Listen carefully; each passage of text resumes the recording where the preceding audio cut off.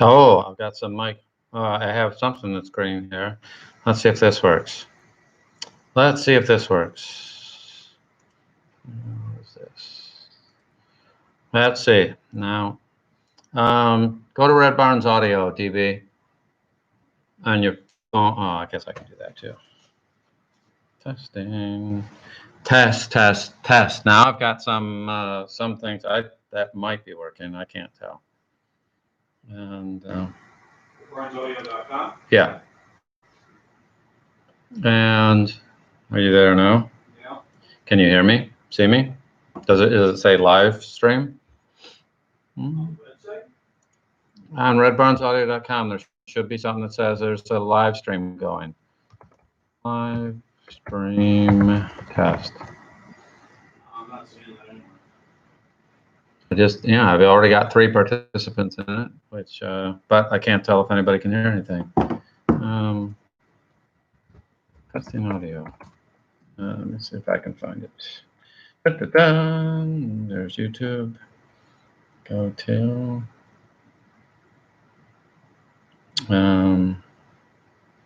your channel. No, the other one.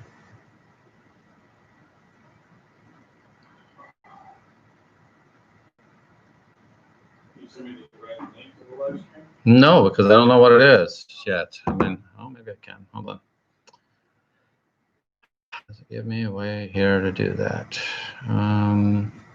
That's the thing. They don't. It's like while you're in the middle of it, you don't have any controls on the screen. There's just nothing here. Oh, shout out your cell number and we'll call you. Yeah, that's really. Yeah.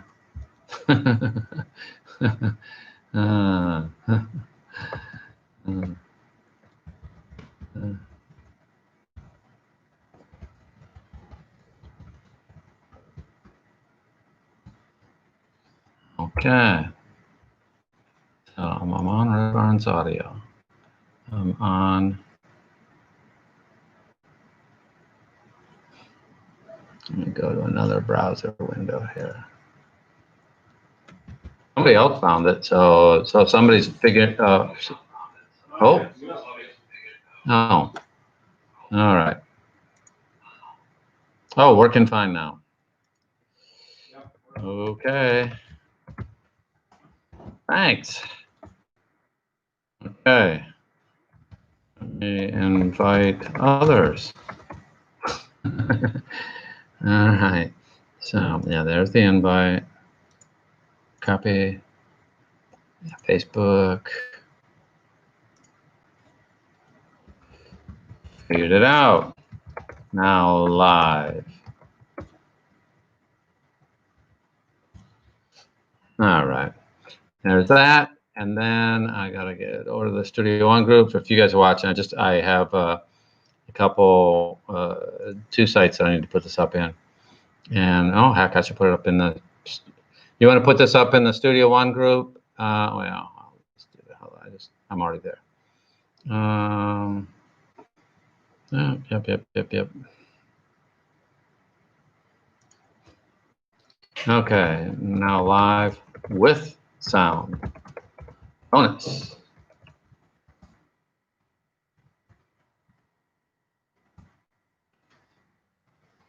Okay. All right. Oh, let's see if I can go back. I don't think I can do it now. All right, so it's live. I should put that in the.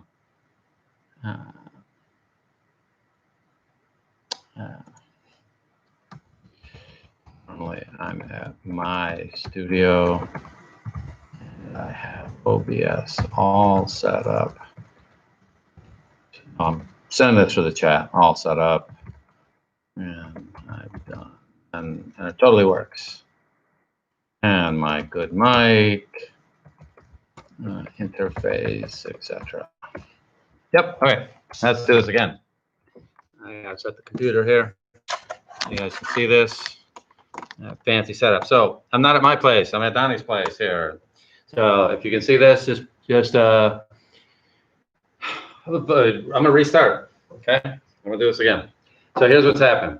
My adult son got married here recently, and we in his new location where he's moved to. We're rebuilding his studio, and at the same time, we decided to rebuild him a brand new production computer. I've done this once before. I'm going to do it again here. And so I decided on the fly after getting here, hey, we're just going to live stream this. So I didn't really, since I do this all the time, I go live on Facebook Live. I've gone live on YouTube 20, 30 times. But I don't have my normal setup. I'm just running this off my laptop. Sounds interesting because we have a nice big room here. And I have all the gear spread out on this table. So I'm going to build this. If you have questions, you're welcome to ask them, but it's all on the fly. So it's rough. And if for those of you who joined and didn't see, I started this once and my laptop wasn't playing sound for the YouTube live. And that's life when you go live. All right. So I'll give you a quick tour of stuff. We are doing an AMD build today. This is a 3900X. I've got a Crosshairs 8 Hero, Wi-Fi 6, 32 gigs of high-speed memory. This is 3600 megahertz, I guess that is. And it's actually a little faster than that, but that's what the speed we're going for here. 3600 on that. So we have 32 gigs of that. For his boot drive, we've got a 1 terabyte SSD, an M2 for those of you who care. And then we have a mechanical. This is a 6 terabyte drive for archiving. This guy does 10,000. I'm not exaggerating. It's done over 10,000 voiceovers. So I wanted to have a mechanical drive that had an unbelievable amount of capacity, so he can take all his prior clients and have them on his fast machine. And so I've got years worth of data that I don't need it on an SSD, and enough space in this case to add another 6 or 8 drives if we need it down the road. 5700 XT for those of you who care. A 750 watt power supply. This thing is a super cool one in that when there's no load on it, the fans go down to 0, and so it's totally silent there. Doesn't really matter. It's outside his booth anyway, but. So he doesn't really care if the fan kicks in a little bit, but either way, whether he's in his booth, he's got a desk outside his booth where he's going to be doing most of his editing. This thing will be quiet when he's not working. If he's working hard and it needs to cool things down, that'll happen. So that's the basic components there. If anybody has any raffle on the time frame? Oh gosh, yeah. How long has it taken me to build this? Is that what you're saying, John? I predict. We do not encourage gambling in this establishment. I don't know if Donnie just said no gambling, and we don't encourage gambling. He said, now I gamble all the time. Just coming out here is a gamble with this COVID stuff, but worth it for my son, okay, and my new daughter-in-law. Anyway, great. She's awesome. She's actually a nice addition. He's upgraded our family, so we're happy about that. This whole build, I did this same build a couple weeks ago. I just bought this, built almost the same thing, and I was amazed that I was able to do it. I didn't show it. I showed this earlier. I have a little keyboard, little toolkit that I use for building computers and things like that, and it has about, I don't know, 40 or 60 different tips for the screwdriver for making this work. See how you do this on the fly. And what I found when I built the computer is I needed one Phillips screwdriver the whole time. I didn't use a single other. Bought this fancy kit a few years ago, and it has come in handy. There are times when I've used it, but for this build that I did just a couple weeks ago, same exact thing. I used one tip, so that's what I'm doing today. I have my fancy screwdriver here that we're going to use. MX Master mouse. For those of you that know me already, you know I love this mouse. I love this mouse, and then we have a nice fancy brand new lighted keyboard, wireless remote, things like that. All right, so that's the basic. And then I have a case. I'm really enamored with this case. So let me get the case out here. I did put on a nice shirt for you guys, but I didn't take off my shorts. I've been building today. So let me get this case out. I think I like this case. Comes in a box every day. And I've taken off the outside of the box. And gosh, and I will admit, all easier to do in your own place when you have all your own setup. This is the floor, with the bottom. I got it. So, okay. Oh, I have it upside down, but I figured it out. So I'm gonna turn that over so you can see it. It's a pretty cool case. I had to work out more. That's really the thing we have to do here. And so I'll show you this case. Lee and Lee. It has cool things where it's ventilated down here. This is one side of the case. Ventilated screen here. Power supply goes in here. 3 hard drive cages here. It has the glass on this side and glass panel in the back. 3 fans. The front panel comes off. I'll take that off later. And then let me just flip it around and show you the back side for those of you who care. There's a normal back. 3 computers. 3 fans. And then on this side, it's pretty cool. They did this really well. So this part snaps down. Power supply is going to go in here. Here's the back side of the cage for the drives. It has 3 drives. It can be hot swappable. A couple fans up there. This thing opens, and they've done this super cool thing in the back where they put these here for cable management. So when you open these up, I'll open them right now, take them off. You end up putting all your stuff back in here. But when you're all done, it's pretty cool because, you have all this mess back here, and these covers come off, and they hide all the cables really, really nice. So it's a killer case, about 115 bucks. It lists for 90, but right now they cost a little more. And what I'm going to do, just to make it easier to do the build, is take off the cover. What is this? The glass. Set that aside.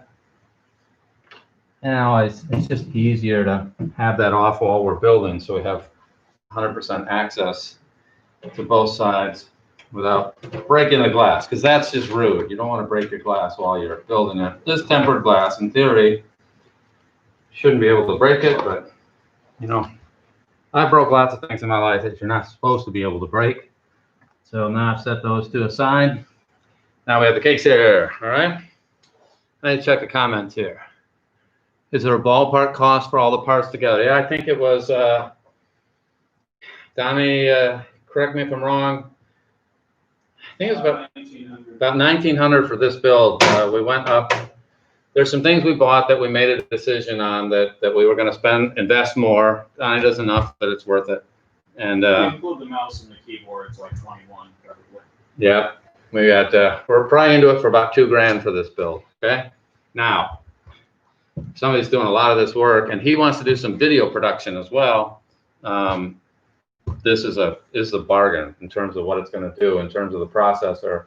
I spent a lot of extra on the graphics card, mainly because he's going to be doing some video work. I definitely could have gotten a cheaper processor. This is about 4 1/4 right now, but a 3900 12-core, 24-thread processor. And just as important, these guys are coming out with a new set of processors in about 6 months, maybe less, but whatever. Somewhere in the 6th. And what's happening for every generation, this is built. I sourced all the parts so that he could upgrade just the processor. The power supply will handle it. Everything else will handle it. And they'll probably get 15 to 20% more power off the same 12-core, and there will be a 16-core and a 32-core probably, who knows, but there'll be at least, there's already a 16-core in this same series, but I decided it wasn't worth the extra money right now. What that means is if he really needs more power in 6 months or a year, he can upgrade to the next generation of this by just dropping in the chip. And this one included a fan, a cooling fan right on with it. The next one up didn't. So I just thought this is a great place to start. This is about 5 times the power he has on his current system, and then we'll go up from there. Okay, so yeah, roughly $2,000. That's a good ballpark for the whole thing. So what I tend to do is I tend to start with the power supply. I'll get that out now, and we'll start from there. Any questions or comments? So that's ballpark. Yep. I'm looking at the chat there. It has. Oh, well, I'll show you the motherboard in a minute, but I'll put the power supply in, and then we'll deal with the motherboard. And the hardest thing, this is the funniest thing. I'm laughing at myself here. Every company seems to box all their crap differently. And it's like, I'm looking at this box going, okay, I mean, I'm somewhat educated. I could not figure out how to open the box. It's like, how in the world did they do this? Okay, well, eventually I figured it out. Once you figure it out, it's brain dead easy. But I just couldn't find that this little thing, when you're looking at it, I'm looking all over the thing going, gee, how do you open this thing? So I did solve that. By the way, the front cover comes off. Let me take that off too. Let me get everything out of the way. Last time I did this, I had a bigger table. Maybe I'll put everything on the floor and bring it back up. That's probably a better strategy. I'll take these two covers, them off the table, and we'll go from there. All right, power supply. Hey, cord, big deal. I did some cool cable ties. Do not eat. I don't know how many years they've had this. I have to wonder who in the world eats this crap, but maybe somebody does. I think somebody would know by now. You're not supposed to eat that stuff. Modular power supply. So most of you know what that means is this is a whole set of cables. I'm gonna just dump them out here to begin with. This took me as long to figure out the cables when I did this last time as anything else. It's like, oh gee, which cables do I need for this? And every motherboard has different cables. Depending on how many drives you have different cables. There ends up being all sorts of different things going on. And depending on the people who make this have no idea what you're putting into your computer. So they give you a whole set of cables so that you can handle not only this build, but almost any other build you could think of. So I'll set that aside here.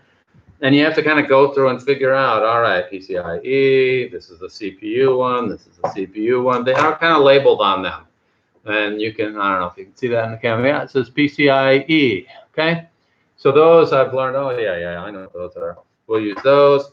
These are the ones for the drive. These are for the SATA drives. The power for the SATA connectors, that means hard drives. Or if you have older SSDs, you'll have this. We don't need this. Well, we do need this for the mechanical drive. That'll be what gives power to, you can't see this Western Digital 6 terabyte drive.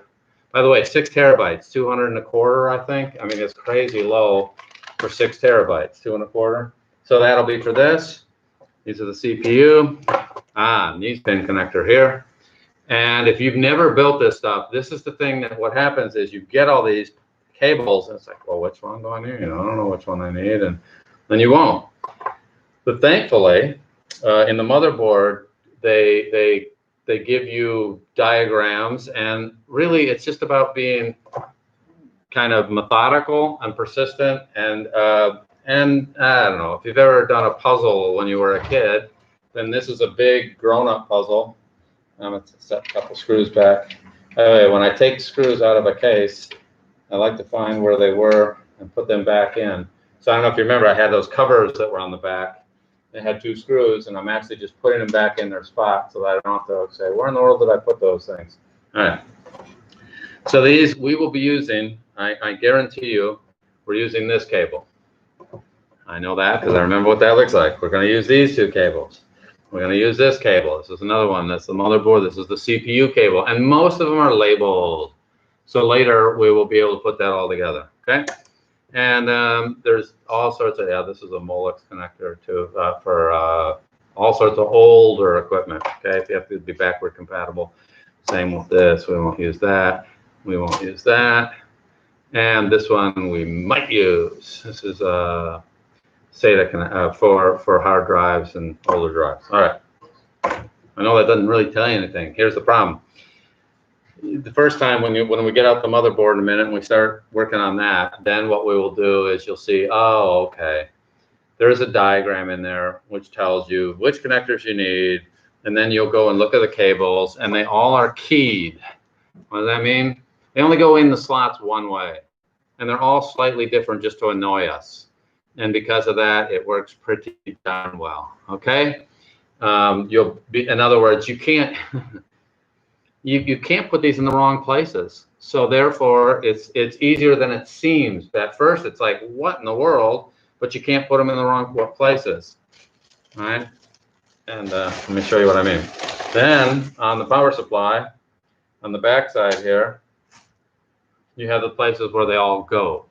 And they're labeled. So there's the CPU one and the mother. Let's put it the right direction. This is the CPU. These are peripherals and SATA. These are the same. These are the 24 pin. So I just absolutely guarantee you see this one here? This one fits in, and it doesn't even fit there. See that? But go to the other end, and there are two connectors. One of them does fit in there, and the other one fits in right there. And they only go in one way, so it's not as big of a thing as it seems like initially, all right? And so what I'm going to do is this, figure out where this guy goes, and this guy goes this way. Okay, power supply. It has its own little power switch. That always faces out. There's 4 screw holes in the one corner, here, and they line up with something in the case. And see, that doesn't even go in there. So flip this down. Presto. There's our power supply. And what I usually do is I throw one screw in that one. Oh, I have to get out all the screws.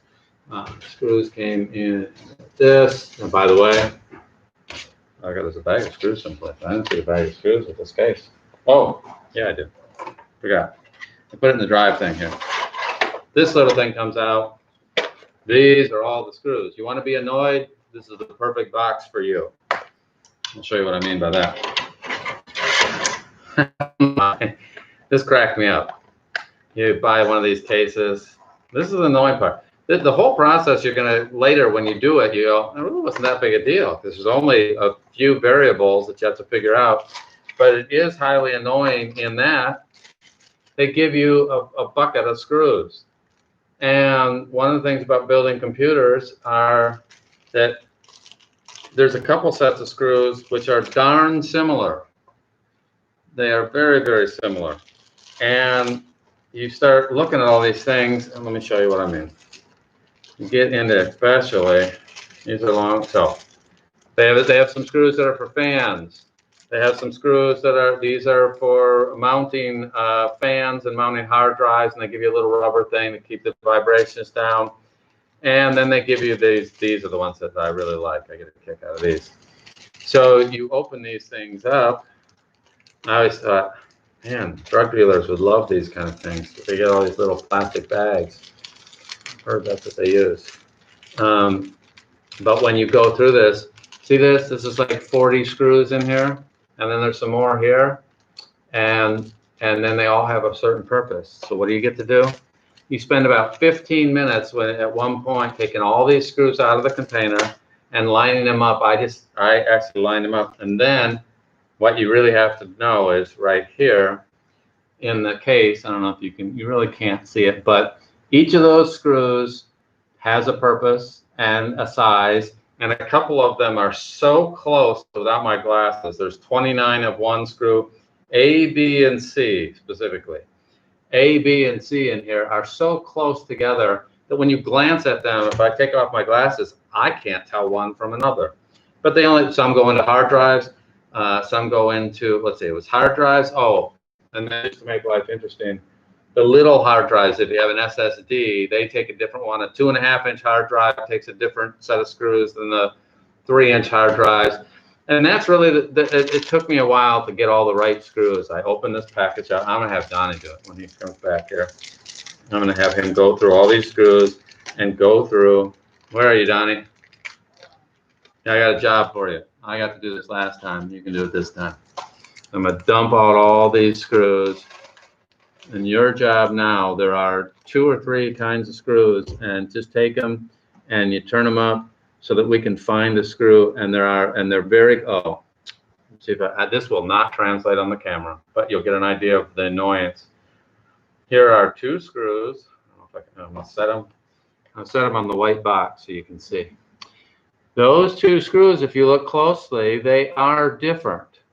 On the white background, you can kind of tell, but they're just close enough that if they're more than about 6 inches away from you, and they're not on a white background, it's hard to tell which is which. It's not a big deal, but it's one of those silly things that you end up going, which one is it?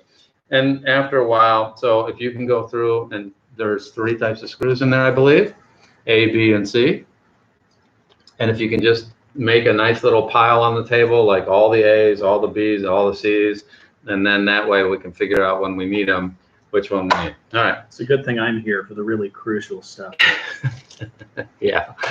And then, let's see, there's 4 power supply screws someplace. And I don't know if that's in this box here or it's in this here.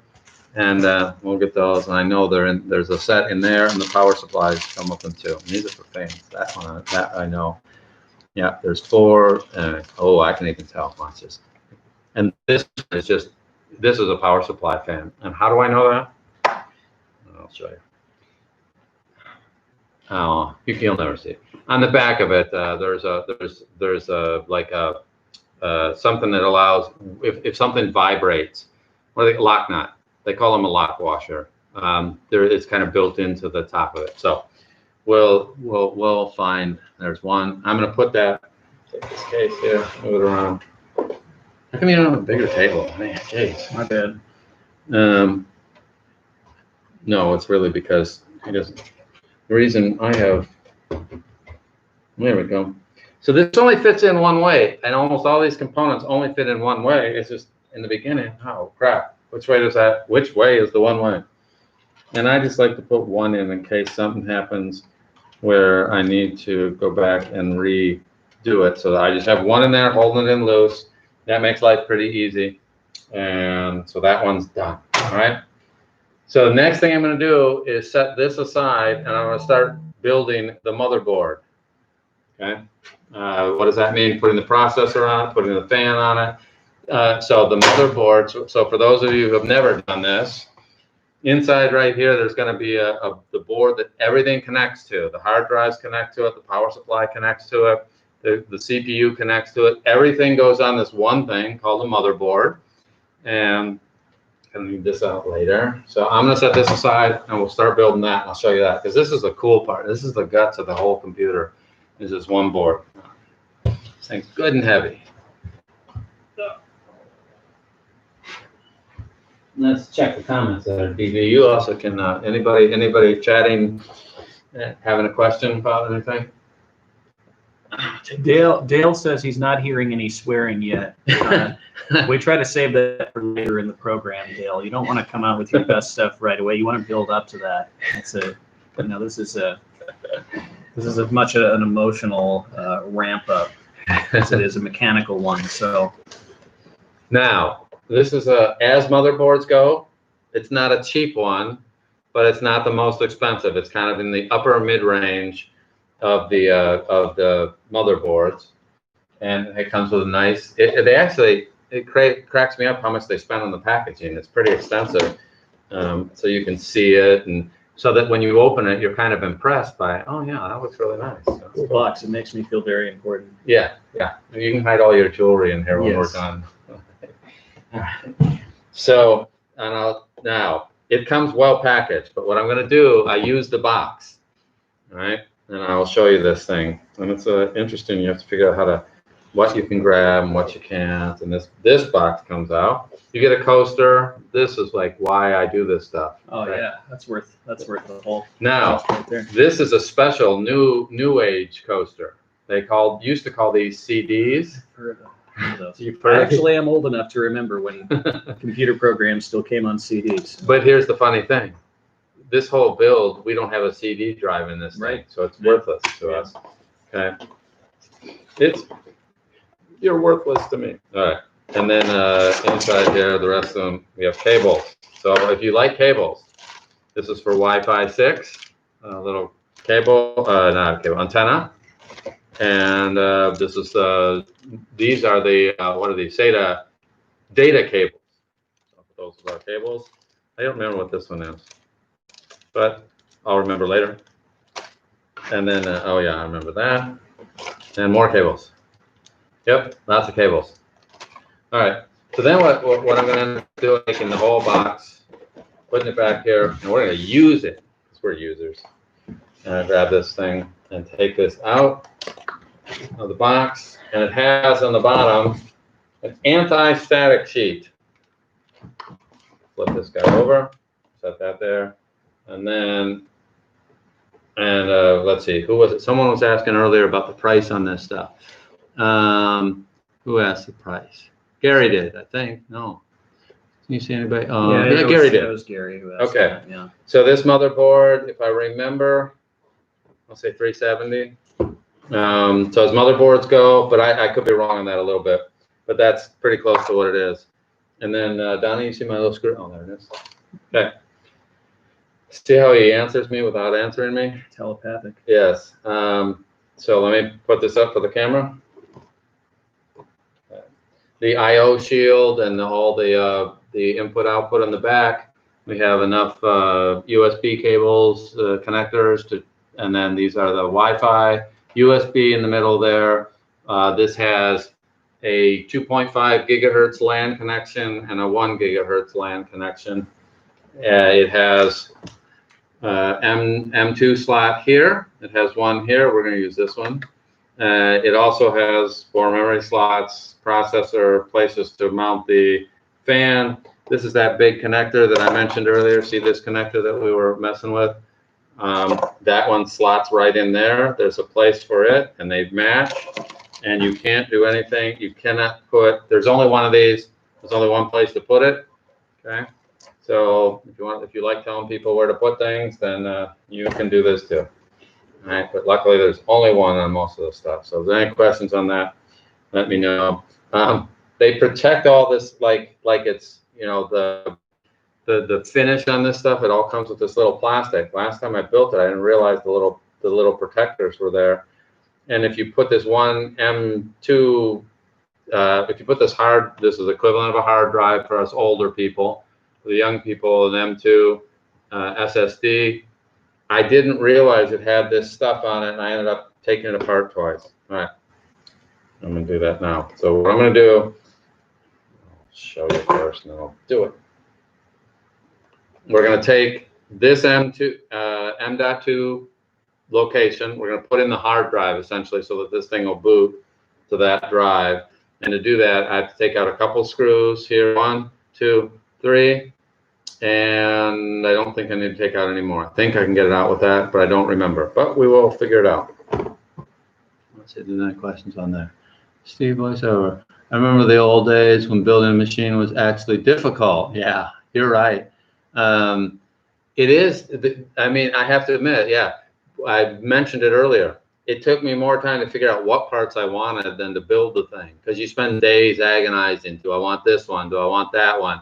Am I willing to pay an extra, you know, it's a memory. Which memory? Oh, there's 15 choices of memory. And is this the best one? And you agonize about that if you're like me.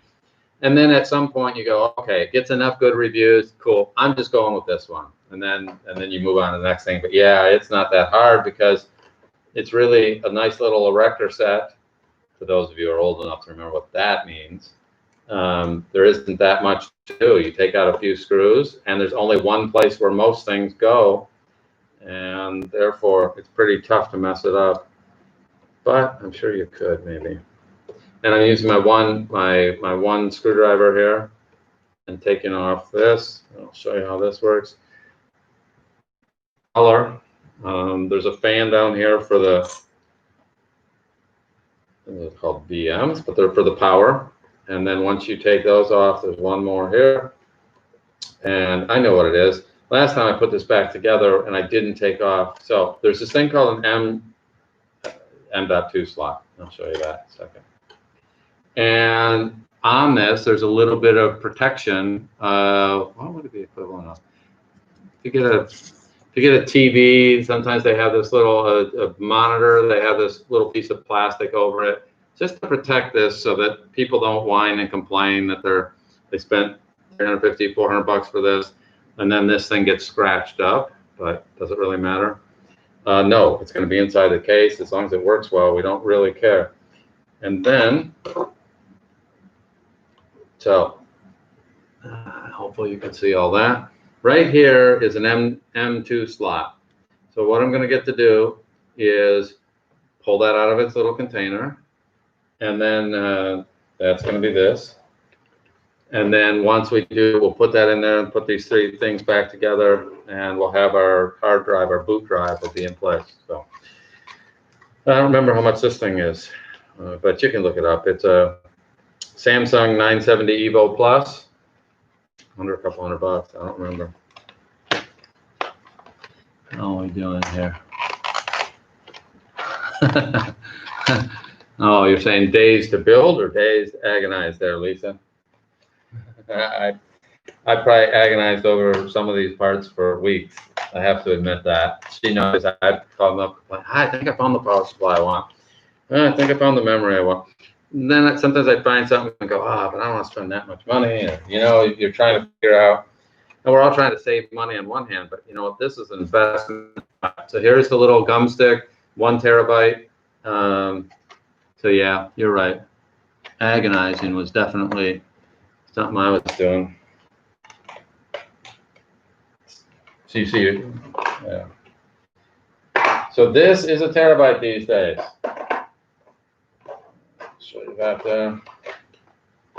Pretty wild that this thing, this little gum stick, does a terabyte for a boot drive.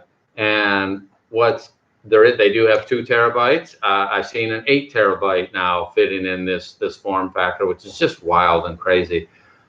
Kids these days, yeah. I don't remember who was saying they don't appreciate 1 terabyte on this size, and that just means give it a couple years, and these things will be up to 32 terabytes in this size.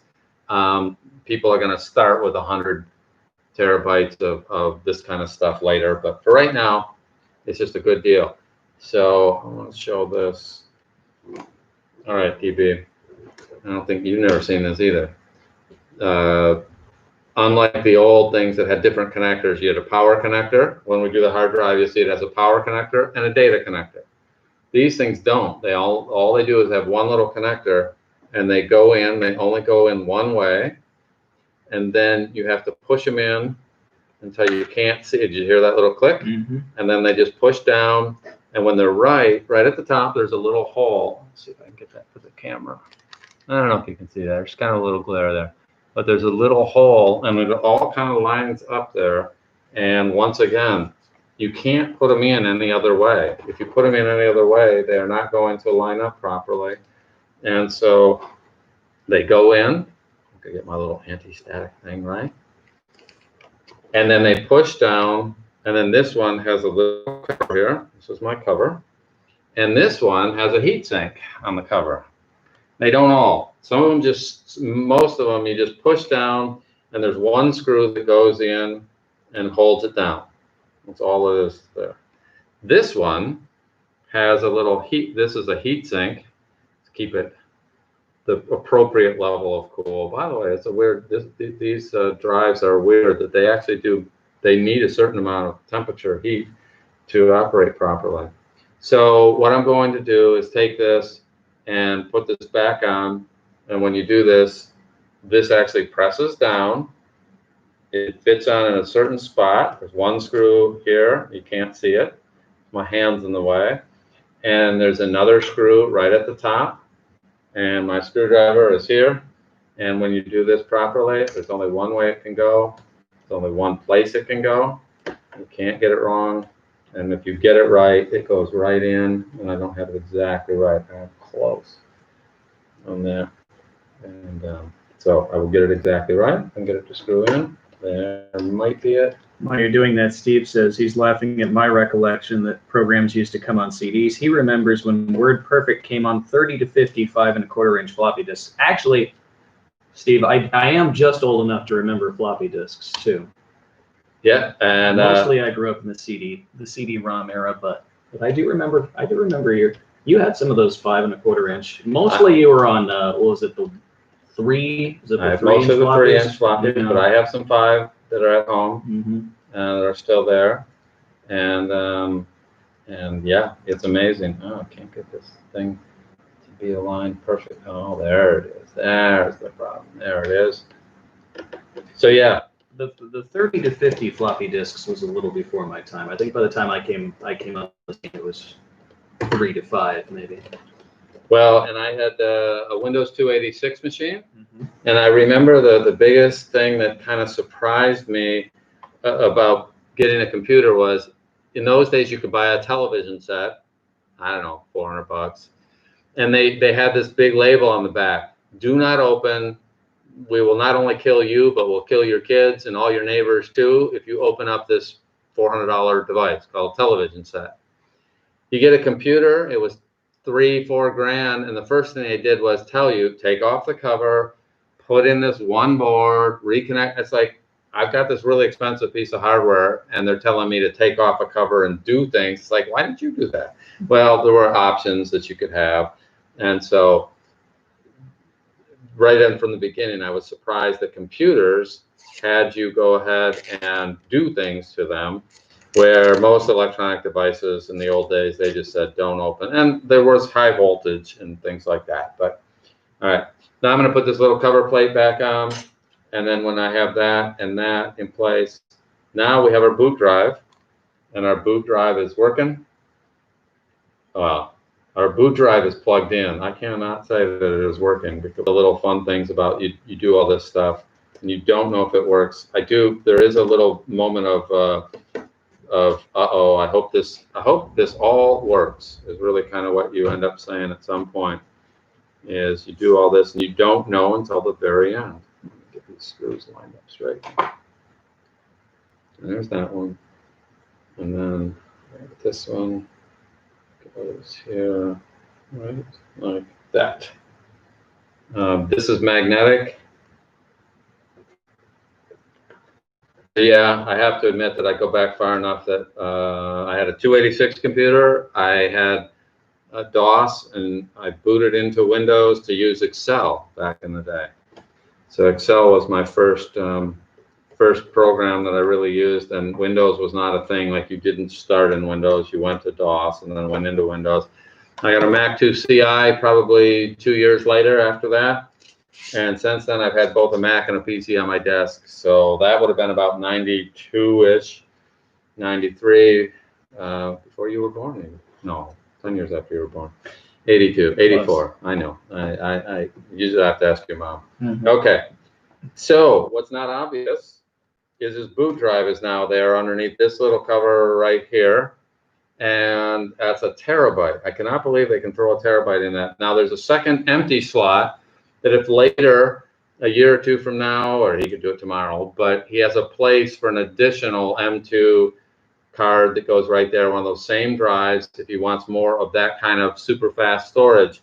By doing video stuff, I predict someday he'll put a 4 to 8 gig card in there, because the video is some of the few programs that can handle that kind of throughput. So now we have that card in. That's the first thing I do. Second thing I do is I go ahead and put in the CPU, the memory, and the fan, and then we can use that, and then we'll put it in the case, and then we'll put it in the graphics card. Any questions there in the chat, DB? I'll let you monitor that, see if there's anything going on there. So the next thing we're going to do, we're going to take the CPU out, show you that, get that plugged in. So what did we do so far? We put the power supply in the case. Then we pulled out the motherboard, and we put the M2, which is really a hard drive for us old people, right? But it's a storage device. It's what it's going to boot to. Next thing we'll do is we'll put in the processor, the fan, and then we'll put in the memory. I like to put in the memory first. I did the memory afterward last time. What I can't remember, oh, there's a book someplace. Where'd the book go?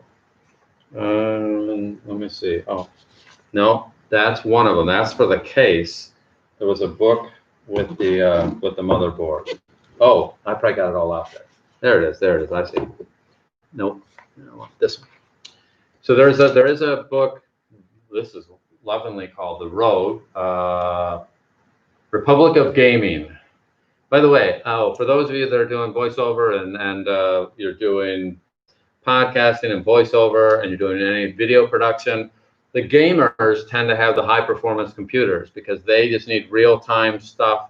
We do, it helps for us with audio.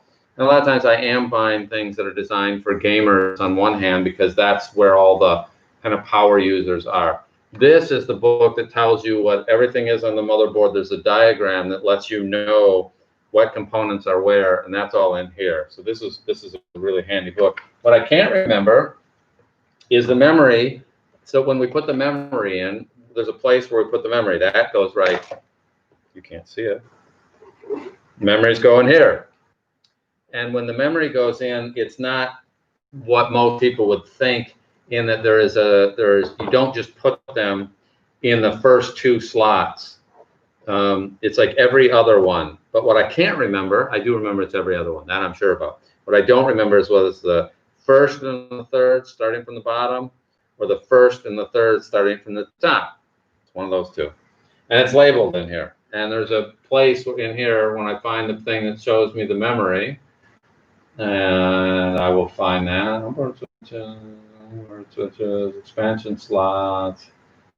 System memory. So see, you can see down here there are 3. They explain if you have one stick of memory, you put it in one spot. If you have 2, you put it in another. And if you have 4, you put it.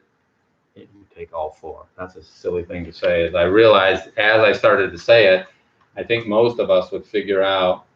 And it's going to go into the first and the third slot, which is labeled A2 and B2. Now, why in the world, when you only have 2, they label it A2 and then B2? Why wouldn't that be 1? Okay, but don't ask me. I don't know. It's before my time. I didn't do that. So see this here, DB? So you can see. Oh. So that you know, they give you a diagram that shows the motherboard, shows the memory, and what you have to kind of do is make sure you go, that looks like it would go this way to match the way I have the motherboard. And then based on that, you figure out which is A, B, C, or A, B, A1, B1, and then based on that, you can figure out how it goes. All right? Here's what were you going to say there? Also, Dale wants to know, are you going to add a larger mechanical drive for file storage? Yes. I have a 6 terabyte mechanical drive that we will be adding, and that'll be in the cage. That's for, he could just do voiceover straight to this, and he has archival space for all his previous projects. And we'll add more drives down the road. This case has enough space to add a lot of drives, or more drives. But 6 terabytes was like 2 1/4, and 6 months from now he'll probably add another one, just because he's that kind of power nut guy. Power crazed. Yeah, power hungry. Yeah. Open it up.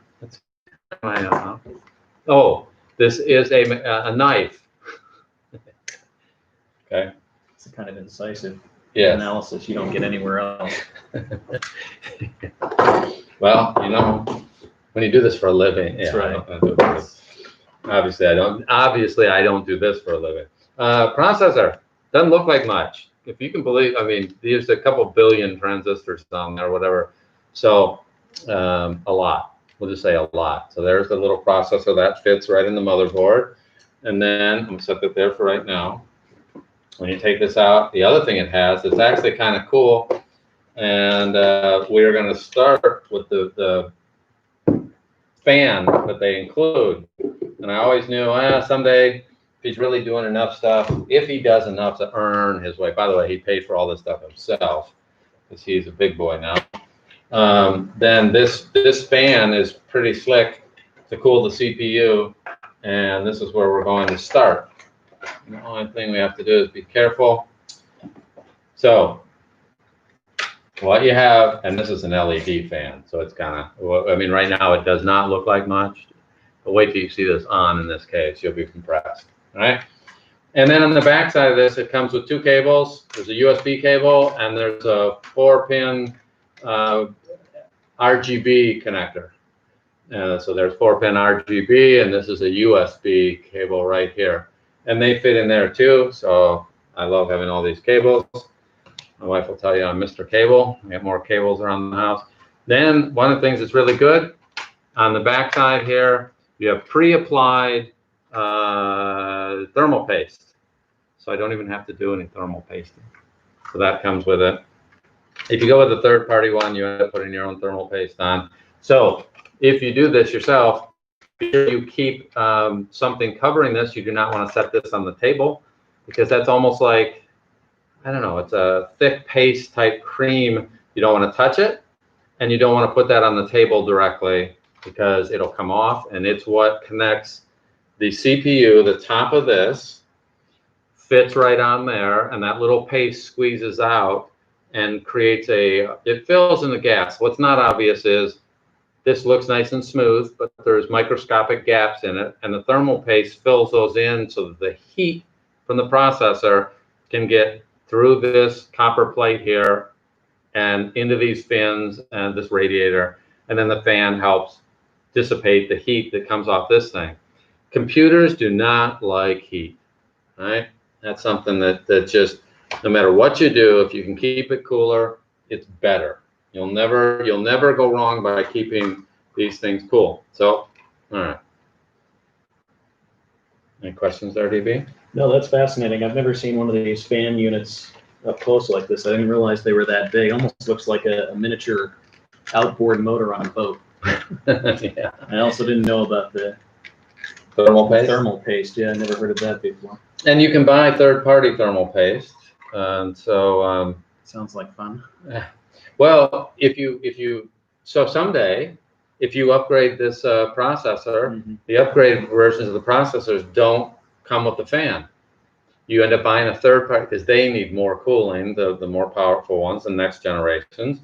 And therefore, you get this little paste and you put a drop of it on there and it spreads out and it helps fill in the microscopic holes, because at the speed these things are running and the amount of heat they generate, if they can't dissipate it, then what happens is they have to run slow. They throttle. And then, so you're always going to have some sort of, on one of these super high power ones, you're going to have a fan these days. Maybe in your generation, it'll go fanless someday. Laptops go without it sometimes, but yeah, problems. All right, then one other minor thing. There is a mark on here on the back side, which is a little, I'll show you this. So you have to, first off, there's a set of pins on here. Yeah, I don't think that'll show. Let me see if I get a white background. I had something white. Where did I have it? It was white. Oh, there it is. Let's see if this will allow you to see it. I don't think you'll be able to see it. There are some little pins on the back. They're just tiny, tiny, tiny. But we'll find it. I'll find a graphic and throw that up there so you can see the pin. And then on one corner, there's a triangle. Can you see that triangle in one corner? Oh, yeah. Okay.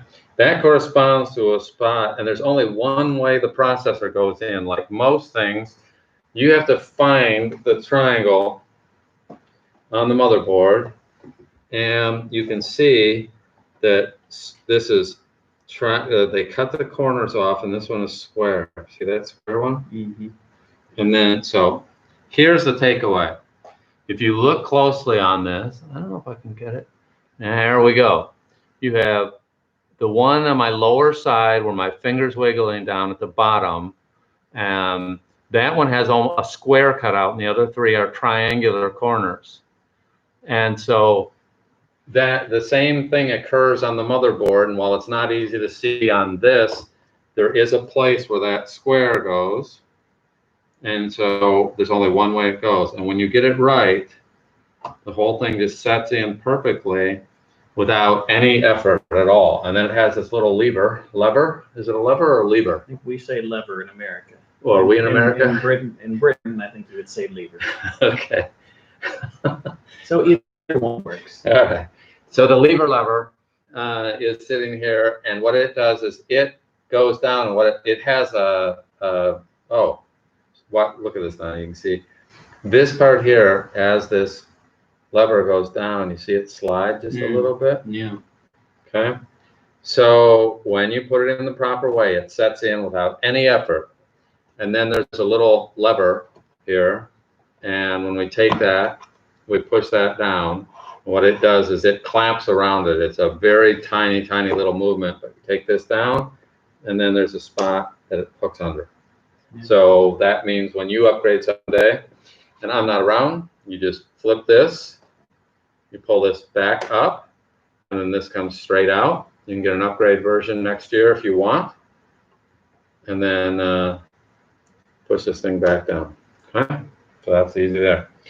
And we got anything in the chat? Does anybody care?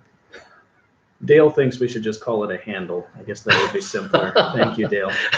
Yeah. There's a lot of people that, for me, they dumb it down like that because some words are just tough for me, and I've done that. I have this dyslexic side. Sometimes I'm going to write a message to somebody, and I want to say a certain word. I can't think of how to spell it. So then I just come up with a different sentence that says the same thing a different way. What I do hope out of this is that people see you don't have to be brilliant to do this. What you have to be is persistent and a little bit methodical, and you have to be willing to do something where it's like, oh, I know this connector goes someplace, and I know they're all keyed, meaning they only go in one way.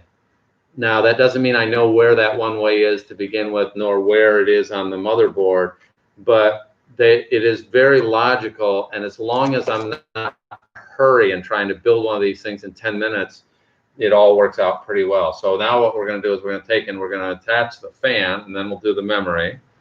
By the way, these things flip down. But so we'll put this on. Take this off. Oh, but before we do that, I'll show you. There's two mechanisms here for orienting the whole thing, and when I turn it over, what you'll see is that there's a lever here as well. This thing flips around, and there's one way where it can go down further, and then the other way where it can't. It gets pulled up, and there's two little hooks down here on the motherboard that it hooks into. And by the way, if you ever really want to do this, all you need to do is go on YouTube, and people have good, like I didn't set this up. We didn't even know we were going to do this live when I came out here. So if I was a nice guy, I would have brought a camera that allows us to zoom in on things instead of having this distance view. But this thing has built into it, the motherboard has the places that this, you see there's a little hook here. Can you hold that up, Tommy? So what you can see is there's a little hook here. I don't know if you can see that. And there's a hook right here. You probably can't see it, but there's two hooks. And then you see this little mechanism here? This guy also has hooks onto those, and there's one on the other side. Make sure I don't touch the bottom. So this hook right here, and then this one on the other side. So there's two little hooks. Oh, I should do this way. There's a little hook here, and there's a little hook here, and then there's a lever. Turn that around. So that's that way. And it goes up, and it pulls this up. So there's a little lever. All right? Good thing I don't do demos for a living. All right. So once you get that, the easiest thing to do is to take this little guy here, push him down, and make sure he hooks underneath one side. Am I getting that? Can you see it there? You're close. Yeah. Well, there we go. You're in on this side. Okay. And once you're in on one side, you can then set the other side down, and then the other one hooks under here, like so. And there's a place for it. I'm going to get it hooked under. And it does take pushing down a little. There it is. And then I'm going to move this. You can see it. All right. I'm moving this closer. And I'm going to turn it this way.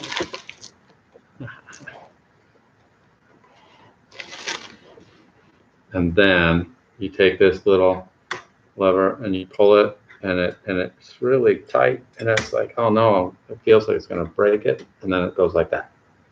And now that thing is anchored so well, you can legitimately lift the whole motherboard up and not worry about it, because that's physically anchored on there onto the, it compresses down onto the CPU. It just spread out that little paste that was in there. Now that's ready to rock and roll. Okay. Steve wants to know, do these kits still provide you with a wired wristband that lets you ground yourself to prevent static from frying any of the electronic components? You know, I don't think they do have an anti-static piece of plastic. I don't think they do. I have one of those at my place, unless this is it. I actually, no, that's not. That's just a Velcro thing. I have one of those at home. I don't have one of those with me. What I did was just lick my fingers and touch metal things. And I'm just kidding about that. But point being that you do have to be careful about that in some environments. Don't go rubbing your feet. Don't go running across the floor with your feet on your socks and make static. But before I started, I always touch things that are metal and make sure that I don't have any obvious static. It does depend on where you are. Some parts of the country, it's a lot worse than others. Jonathan says, I've built over 100 PCs without using a wristband. I've never had a problem. Don't build on carpet, LOL. That's good advice, Jonathan. That's good. That's good. Yeah, I don't, usually use the wrist things either. Also, from your earlier comments on having cables all over the place at home, your wife has chimed in saying, don't get me started on the cable situation. So.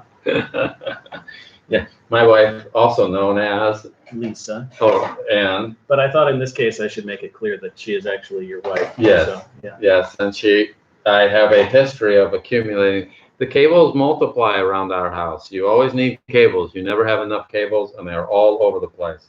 All right. So, and I keep cables because one of the weird things, if you do enough of this stuff, is yes, I'm not using every possible cable for this build. But what happens if you add a component later and it came with the cable and I didn't have the cable? Life is miserable. So instead of me being miserable, I make my wife miserable by keeping cables forever. I'll bet I have cables back 15, 20 years.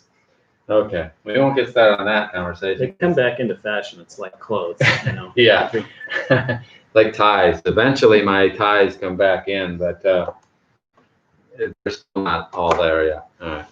Now, after you do the CPU, you have a wire here. This wire is for the power to the fan, and you have to find out where in the world does that fan go. And I remember on mine, I put it in the wrong spot. It's one of these three here.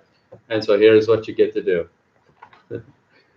You get to go in and go, wow, let's see, if I put the CPU in, then where does this connector go?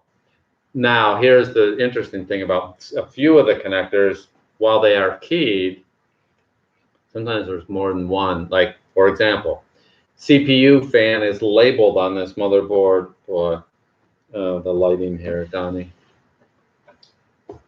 Oh, yeah, yeah. Oh, I know. You know that stick one that I have in there? Oh. Can you go grab that? Yeah. I brought it. Because when you're working on things, I don't remember what the CPU one is. I thought it was right. I think it's one of these three.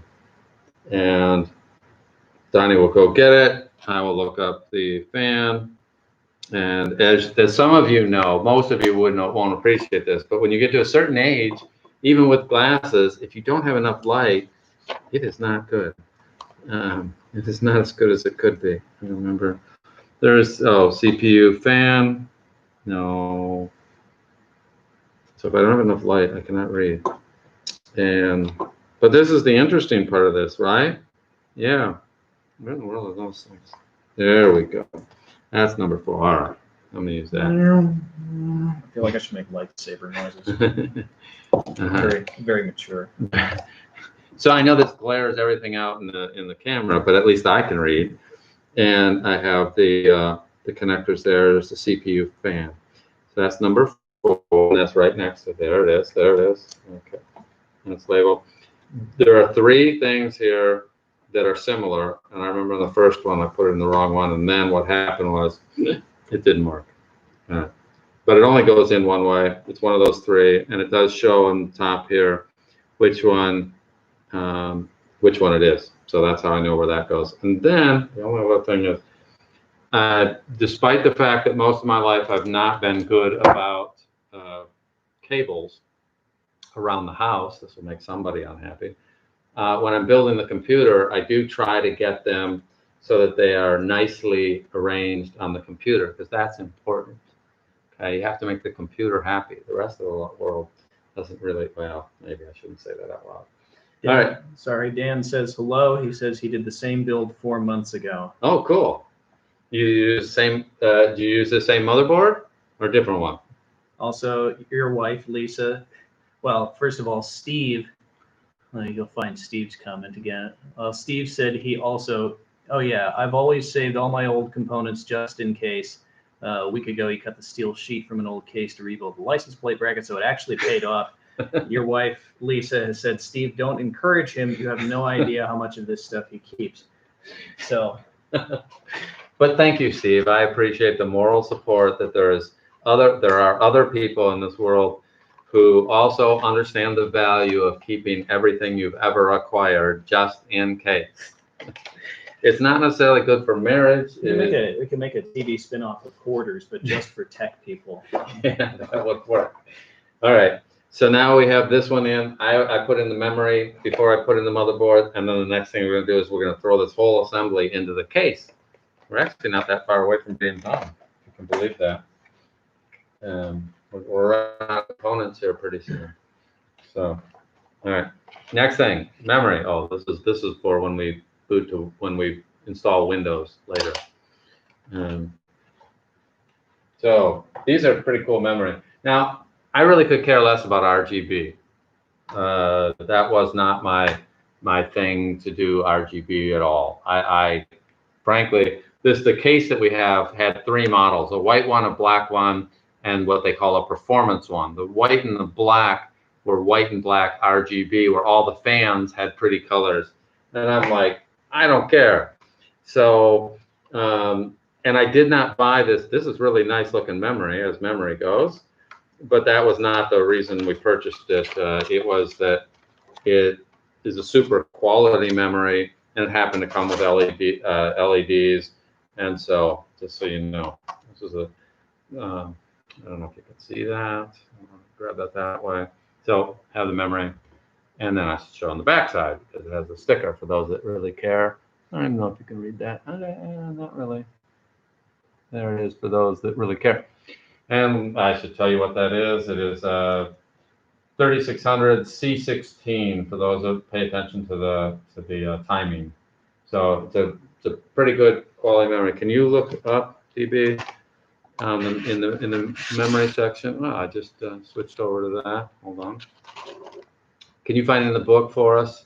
That is right. Boom, I'm back.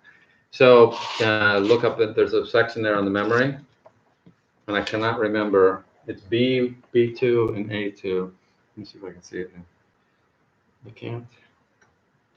It is labeled someplace. Oh, here it is. B1, B2. Oh, you know what? They put little asterisks next to them. So I mentioned earlier, for some reason, why they do it this way? You end up with the first slot and the third slot. I already found it, so since I did this one at a time. Glad I could be so helpful. Yeah, you're not fast enough, man. Yeah. Just, come on. My CPU. So slots, memory, 1 and 3.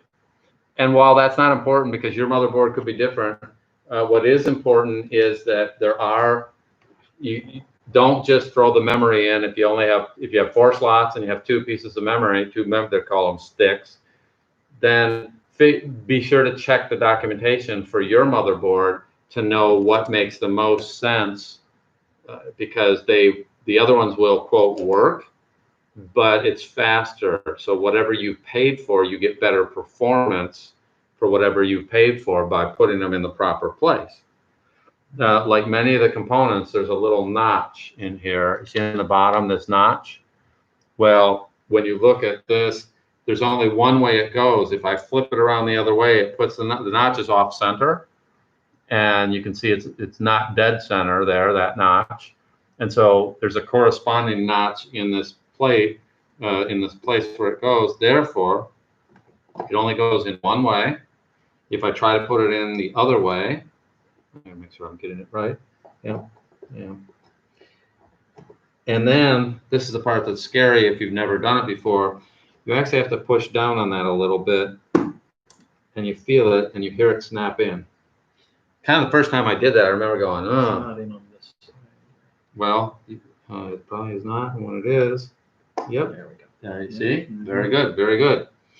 And that's something that So what Don did there that was awesome was because, and I would have eventually, I would have turned it up to cross-check it, was make sure that it does two things. It clicks in over on the left side. One side of the memory clicks in. So if I take it out again, this pops that up. And then when it's in, it pops down and it fits in there. The other side just fits in. So you do have to make sure it's in and it fits, and there's a little tab on one side of it. And it's hard to see, yeah, but at least if you're aware that there's something that clicks in and on both sides, and it looks, you can tell it's all the way down when you look at it from a side view. Dan says he likes the LEDs because the ASUS system software has a setting to show different colors based on the CPU temperature. Yeah, that's super cool. It is. I have to admit, wait till you see this thing. It's pretty blinged out just with the few things we have, way more than I expected. I just didn't buy it for that.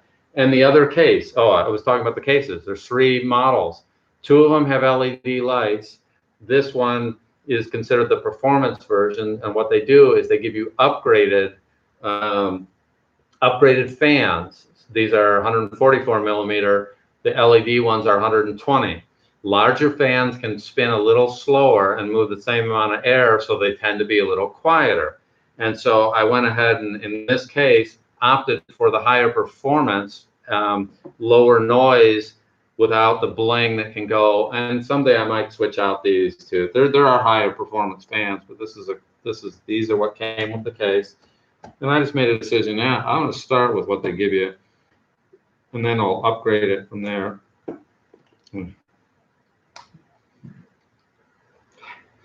Excuse me. Can you bring me some water or some? All right. So now the memory's in, CPU's in, fans in, and then the other things we have to put on. Thank you, sir. And here's see, I'm going for designer water here. We can't come to Nebraska and just drink any water. It's just not allowed. This live bill presented by. Yeah. Okay. When I started this stream, YouTube asked you, are you doing any promotional stuff in there, product placement? It's like, no, and I'm not. Anyway. Okay. So now we have that in. So what I'm going to do now, we're going to get the case up. We're going to put this motherboard in the case and go from there. Let's see. Let's clean up our workspace a little bit. I'm going to get rid of this guy. This is the case with the memory. I don't need the box that the hard drive came in. And here's our hard drive. We'll get this over here. And now, okay, so when we look at the screws, and the little diagram for the screws, there are 8 of them someplace that are for attaching the motherboard. And I'll show you.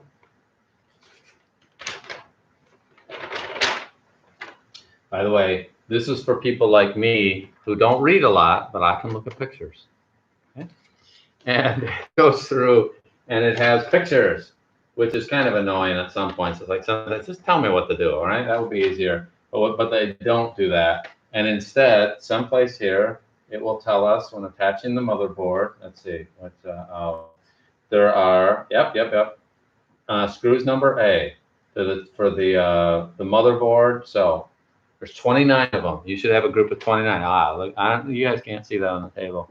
He has a little, can you see it? No. I'm gonna push this down a little bit. There we go. So I asked Donnie to arrange all the screws so that into little piles. And because I happen to know that the one that with the most is the 29, and then it tells you for motherboard and 2.5 SSD mount. Okay, so that means we're going to use 8 of them, and I'll show you where they are, and then we'll do it. We'll get the case and we'll put them in there. Okay, well, you guys don't need to see us. Well, you can see Donnie. That would be a win for you. Okay. In the case, in the motherboard, there are 8 spots, and they kind of make them pretty obvious. You can see, no, they're not pretty obvious from that view. If I take this thing, pull this over, in the far corner here, Donna, can you point to that? Do you see that far corner? I don't know if you can do. There's a little hole there, and it's got some things around it.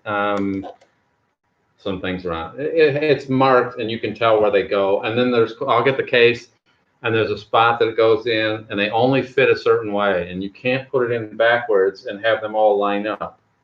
So let me get the case. I got to move some stuff around here first, and then we'll put the case up, and we'll put the motherboard in. We're 2/3 done right now. All right. Intermission. Intermission, yes. Talks among yourself.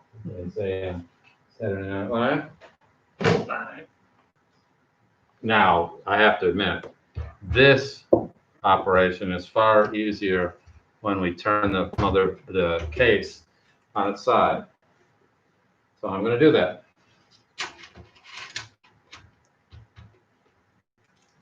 Okay.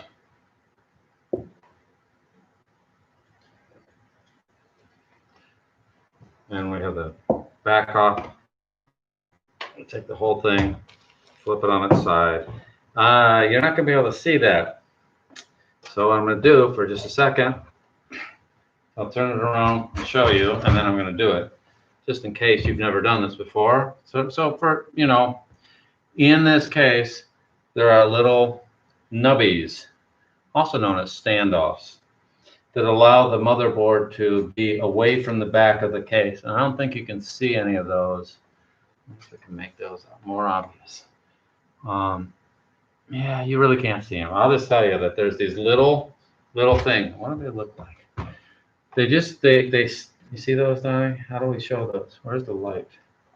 Let's see if we put more light in there, if anyone can see it. Too much light. Yeah. There's one right there, right? You can't really see it, but there's a little tiny thing. And so the motherboard fits in a certain way. And what I'll do is I'll put this down, we'll put the motherboard in, and then I'll put it back up to where you can see it. If I had planned this out better, Donnie, I would have had this all. I would have brought lights, camera. And there's 1, 2, 3. Goes more stuff into the laptop. We might be able to get the angle high enough, but I don't know. Yeah. And what you can see is, see that the whole thing has to switch here and go. I think it goes this way. Oh, and one of the things, I'll show you how you can tell for sure. There's an easy way. The easy way to tell for sure is that there's an I/O shield. It has to go this way. Oh, good man. See this shield back here? Duh. I don't know why, since the back here you have all these stuff.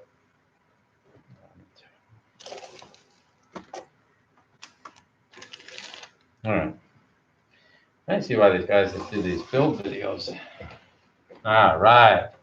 So in the very bottom of the case here, there's a place where you have all your things to plug in, USB plugs. That's called the I/O shield. A lot of them have a separate. So right here you can see all the USB plugs and the audio plugs. And what happens is that fits into the case only one way. This here goes into that slot in the bottom. See that slot there, DB? Can you point to that? Down, yep, that. And that has to go through that. And there's no other thing that it can do. So when I set this in, and it goes right, see that there? So you see how all there? Can you see that? Mm-hmm. Okay. Once you do that, now there's a set of holes down there that you can't see.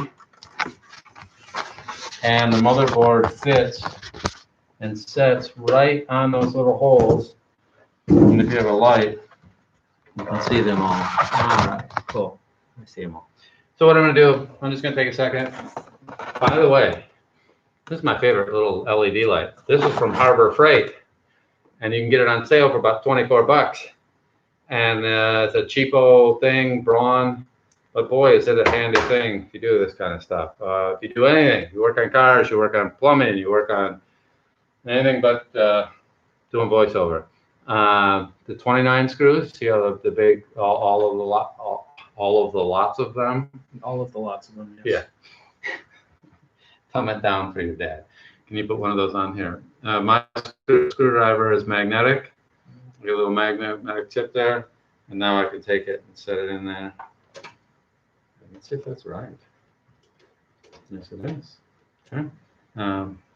So, and then of course you need an assistant that can put the screws on, because this is something that I couldn't do on my own. I'm like a surgeon's assistant. Yeah. And then now the first thing I do is I just get them started, but I don't get them tight until I get all 8 in, and then that way you don't want them to. And then we'll do 8. And once again, you only have one size screws that fit that. And so you can't get it wrong, which is really handy. Okay, how many have we done? It's either 6 or 7. I think that's 7. It's got to be no, 6. 6, I see there's 2 more. Yeah. Okay, and so what I do is I just get them all in there to where they're in the right spots, and then I'll go back and then tighten them up in just a second. You're not trying to over tighten them. There's no mechanic. You just need the motherboard to not fall out as you move it around, but there isn't a whole lot of force on it. There's a little bit of vibration. All right. So you hold the light. I will tip this up. And now what you see is the motherboard is in there. And then what's not obvious, maybe you can see. Can you see that? Or is it? I don't know. That doesn't show there. There's a screw there, a screw there, a screw in the far corner. There's a screw down there, a screw in the lower corner here, and there's one there. So you can see screws around the outside edge is really all it comes down to. You know, there's one. I think there's one in the middle there. There's not in this one. So 1, 2, 3, 4, 5, 6, 7, 8. Yeah, remember there was 8. All right. So there's 8 screws on this motherboard. Yours might have. Yeah, I don't think they can have more or less. I think they're pretty standardized on that. So what I am going to do is just go through and tighten them down just a little bit, because I didn't tighten any of them. I just got it close, and then I'll make sure. But I don't want them too tight. You're not trying to crack this motherboard. You're just trying to go through and tighten them a little bit and make sure that they're reasonably tight, but not ridiculously tight. You can, with all this kind of stuff, overdo it. Boom, boom. I'm on number 5, I think. And getting that. 2 more. Any other snarky, fun comments out there? Jonathan says must have 9 screws, but the middle screw is common on ATX and ATX-E and any other board you put in there. So your case probably just has a built-in standoff there instead of a place to put a screw. Cool.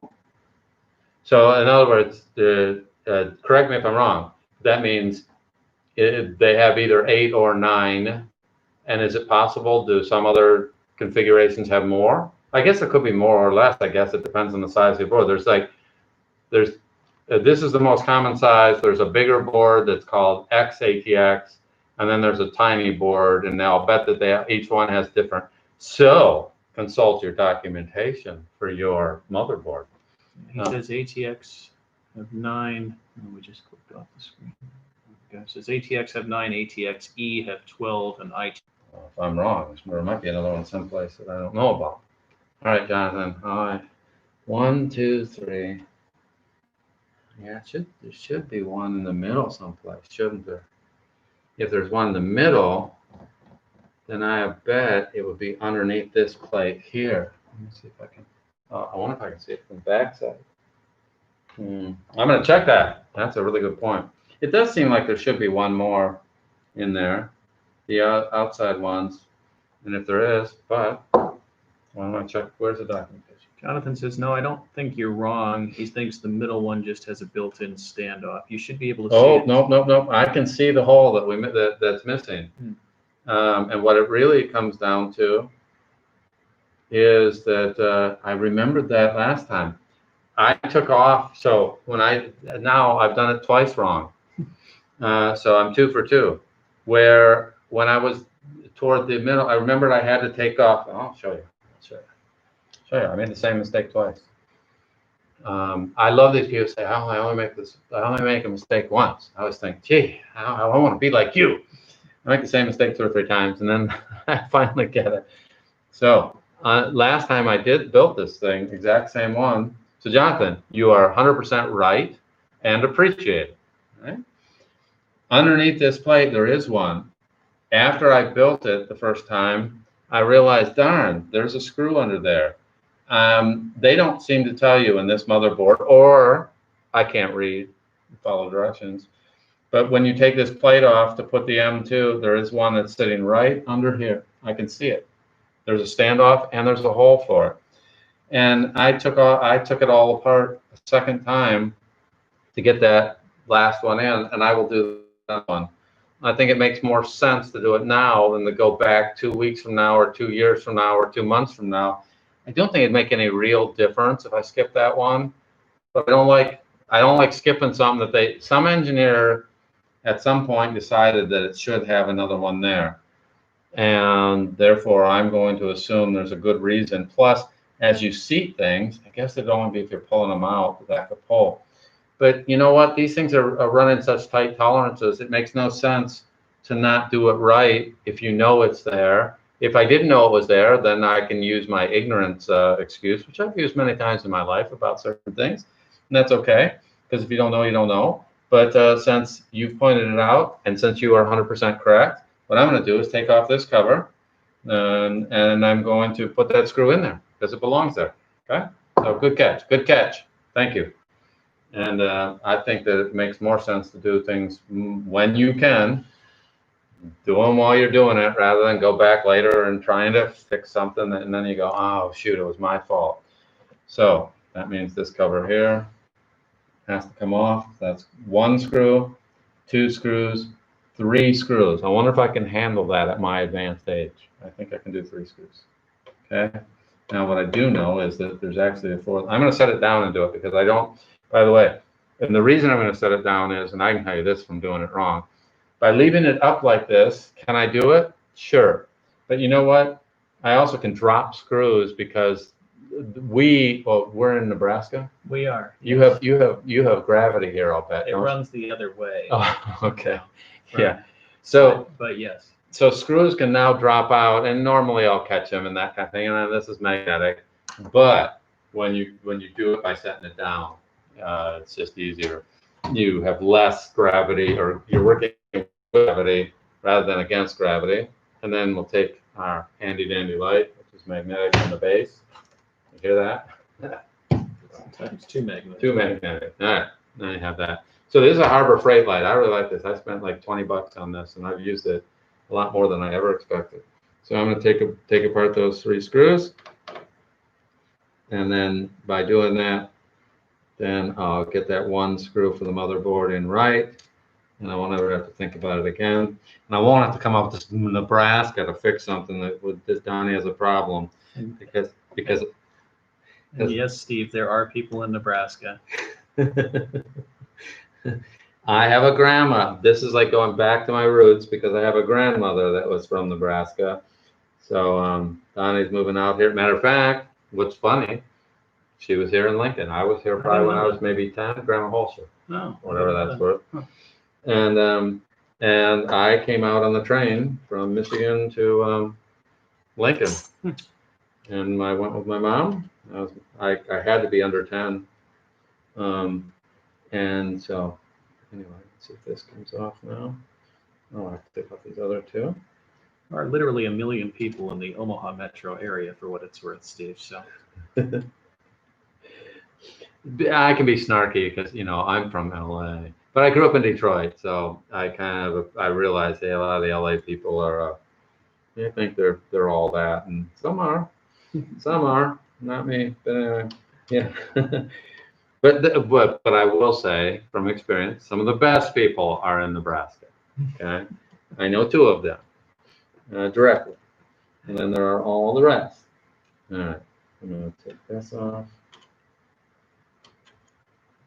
Yeah. Oh, by the way, I just took this off, and there's an extra M. I'll show you in a second. There's an extra M2 slot in there, and I'm going to show you that in a minute. After I get this one motherboard screw back in the right place. And the only thing that's a negative about this one is that my M2 drive, I get to take that out again to get to that. Anyway, if you do all this stuff and you don't get something wrong at some point, then good for you. I'll just say that. But it's not my experience necessarily to get it all perfect the first time. And so I have, there we go. So, what I should do is tip it up. Hold this for me. I'm going to, let's see, I can't really go that way. That's not the right way to go. I want to show this one. All right. This is for Jonathan. I'm glad so you see this right here. It's underneath the cover, and that's the one that I missed. That was screw number 9. We'll call that the Jonathan screw. Okay. We mean that in a good way, by the way. But that's the one that. Can you hand me one of those little screws? Yes. Okay. So that's good. Vale Song is complimenting you on your weightlifting form, so it's impeccable. So good job on that. Well, it comes from a lot of practice. Yes. You can tell this physique does not come naturally. This is this is from diet. It's not exercise. It comes from diet, meaning I've eaten too much. That's really the diet that I've been on. Eating too much diet. And I need a little more light over here, DB. All right. So Trenton says those itty bitty M2 screws are the very devil. Yes. And they don't. All right. So first off, you are correct. And what I will say is, if you also don't have your glasses and you're my age, they are worse than the devil, because it's like, now I can't see them. I know they're there. So there was the one that Jonathan, number 9, screw number 9. Now, if you know, don't shortcut and say, oh, it'll work just fine without stupid screw, whatever. I just don't buy that, because later it always bites me. Well, not always, but it's bitten me enough times that I don't shortcut it. If I figure out I made a mistake while doing this, while I'm doing it, stop, reverse, get it right, move on. All right? It's just a lot easier to do that now than it is to do it later. All right. That's very good. Thank you, Jonathan. Hats off to you. Now I'm going to turn this back down, put it all together, and get the M2 thing back together. So M2 here. We have to put the, I like it here in this corner. That's worth. Okay. And let's see. There's a cover. There's a cover. I've got this one. I've got this one. I've got this one. And this one goes here.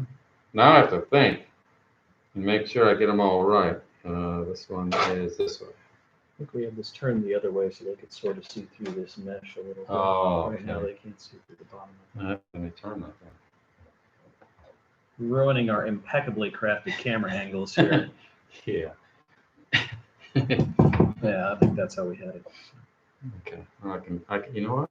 That's a good idea. I can see through the mesh. Yeah, that's better. Well, not only that, but watch this. This is the top. This is the dust screen. Right. So we'll get that out of the way. Tom says, are you posting a parts list? Apologies if this has been asked already. Well, I know you list or kind of show us the parts at the beginning. So when this gets posted later, the replay, you can go back and watch the opening, I don't know, 10 minutes or so where you went through the parts. But yeah, you can watch it there, and we'll put up a parts list. I mean, it's you know, and here's the funny thing. I put together the parts list approximately a month ago. If I were buying it today, it's possible that, because memory prices have changed, there may be a different memory that's a better value. There might be one that's an upgrade. with all the parts, even a month later. So I'll post it. I have no problem with that. But I just have to warn you, everything changes so fast in this business that it's possible there's a better option today than there was when I sourced all this stuff. So yeah, but you know, if it works for you, cool. So I'm gonna take this thing and get him right in there. I can't remember how that went. I think it goes like this. That looks about right to me because that one's going to go across there. Okay. One of the joys of being live is that you can show, well, I really hope that the one of the takeaways that people have is you don't have to know everything. You have to be meticulous. You do have to go through and be willing to correct things that you didn't do. And if you do that, it's pretty easy. This is right. What you said earlier about not being in a hurry is key. You give yourself time and you're not rushing, you're determined to take the time to do it right. Like I'm not on, so you can't see this, but I'm if this screw, oh, I'm close, but close is not the way this stuff works. This one, I'm gonna have this one.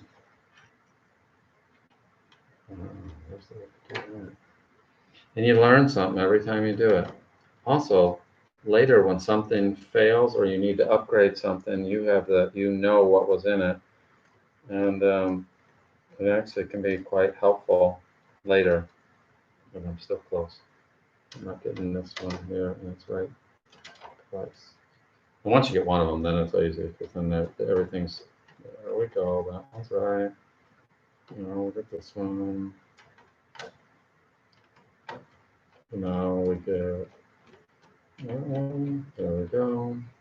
Dale Sung says this is where all those games of Operation come in handy. Yeah, we'll have to post some of that because that reference. Let's just say that you are more than 15.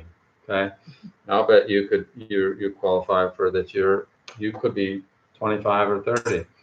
Did you play that one? I remember my friend had it at his house. I never played it, but when I was a little kid, I do remember seeing the box. Okay. It was barely still around when I was a kid, I think. It might still be around now. Those games come back in a fad. You go to a game store. I'm sure you can still find it. Yeah, something's wrong with that. What is that? There? Oh, there it is. Just like that. Okay. Yeah. Everything once again. All right. So I almost got it back together. Jonathan, where were you in the beginning before I did this to tell me how many? I should have asked you, really. You'd think I'd know that. I missed that one. And what the right strategy would have been before I put the motherboard in. Now I'm thinking through. Okay, what could I have done to mitigate that? I should have looked at the back side of the board and looked at how many holes there were and validated that before I put the thing in there. Because then I would have known, and that's a piece of information I could have known right up front that there were 9 holes, and that would have saved me all that brain damage. Okay? All right. So that's done. That's done. Now I'll just check and make sure. So we did all that and went backwards just to make sure that it's right. Okay? All right. Now we'll go ahead and turn it up. Once again, there's that. Here's my weightlifting. Watch this. Set this here so you can see. And now I've got to put this other one back on. So now you can see that. All right. And then I've got that back on because that screw was right under there. And now we get to put on this one where the other, by the way, this is an extra. Let me see if I can point it out. You can't see that. There's an extra M2 slot that's here. And so that's what I need to do right here. Is that's this one. I had to take that off in order to get all this to work. Let's see if I can find the right spot. And get that one on. Trenton likes the really clean design of all those motherboard covers. We can't take credit for that, but thank you, Trenton. Yeah, it really does make it look pretty spectacular too. Did I get that one right? No. I am trying to put this on there correctly. By the way, I usually do this. There it is. There it is. I usually do this while the thing, what I told you earlier, it's easier to do when it's down instead of fighting gravity like this. But okay, and then this one goes here. So yeah, they put in all this. I have to admit though, some of that comes from that this is not one of the least expensive motherboards, so that they put in all this extra little bling stuff. And the fit and finish is excellent, excellent. It's an Asus. What is it? It's an Asus. What do they call it? Crosshair 8 Hero Wi-Fi. Crosshair 8 Hero Wi-Fi. Not a cheap motherboard, but a really, really good motherboard. All right, so that's done there. What else do we have to do? Really, by the way, right now we have primary storage we can boot. There's an M.2 card right in here, has a terabyte, so we could install Windows and be good. All right, we've got our CPU sitting here. We have our memory in here. We have our power supply in here. And the last thing we have to do is put in the graphics card and wire the whole thing up. Now, before I put the graphics cards in, I always wire the power supply to the motherboard and get those things working so we have power, because I guarantee it won't work without power there. The CPU, so there's places around where all the wires go. So watch this. What we have to do is figure out on the motherboard, there's two places. One of them is here. This is the main connector here. So you can see that. I told Donnie earlier this would take about 15 minutes. I didn't. I knew it was an hour, but there's a, can you see that? No. If I don't have that in there, can you see it? I do have that here. Can you see? Oh, yeah, there's a connector right there, which happens to be the connector that goes to this plug right here. You can kind of see that plug there. There's a connector that goes right there. And it only goes one way. You can't put it in any other way.